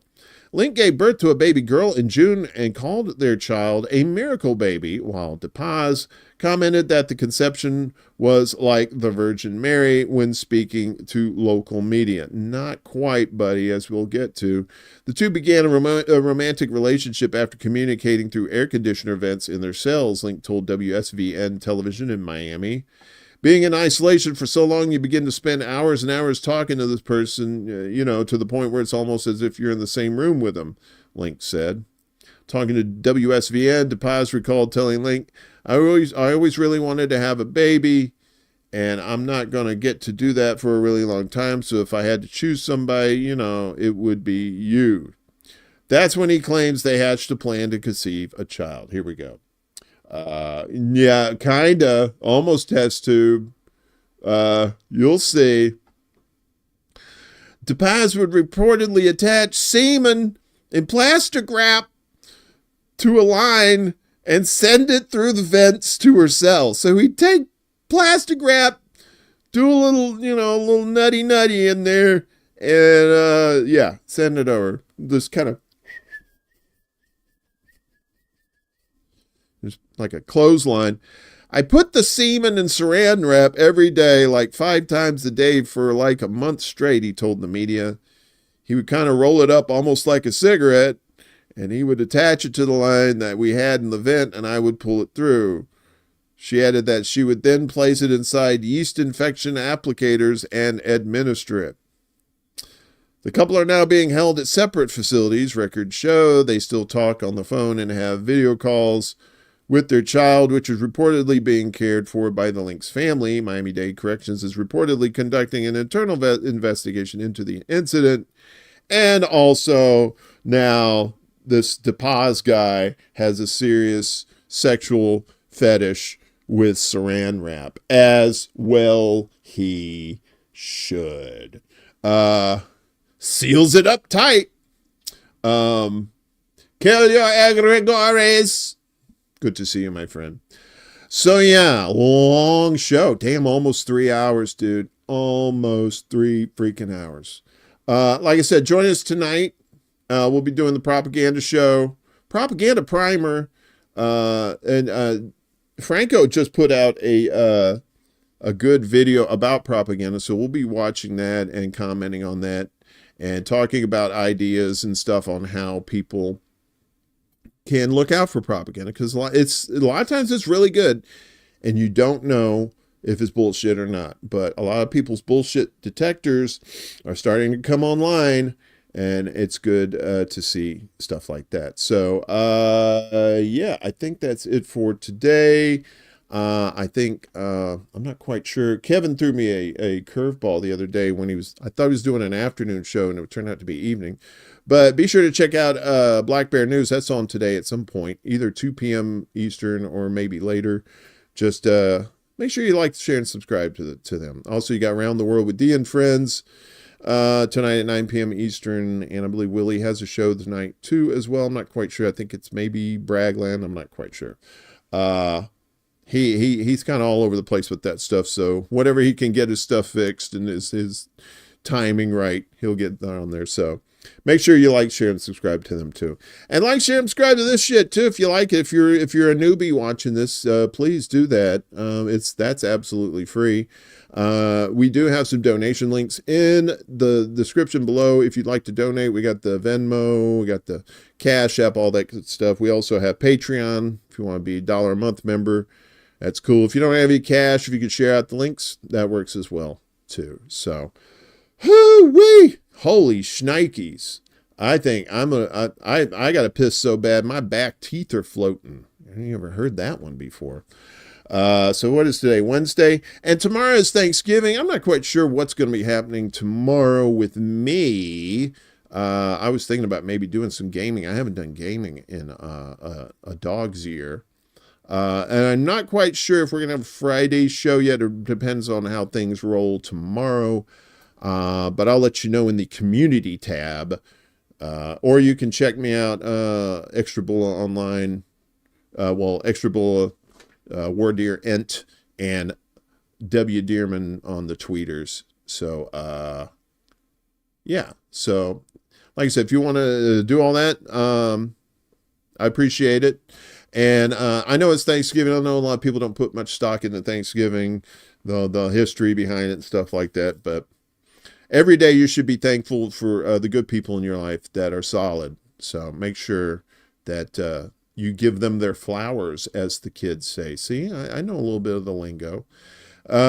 Give the good ones your flowers and tell the other ones to go fuck off, because you don't need toxic people in your life bringing you down.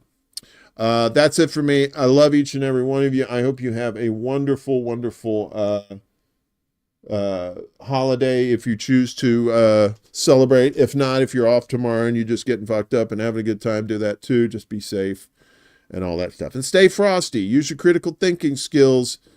Don't let people try to bullshit you. Okay? There's enough of that shit going on. So peace out, y'all. Happy Turkey Day. Gobble, gobble, gobble, gobble. This is City Alpha 5. Woo!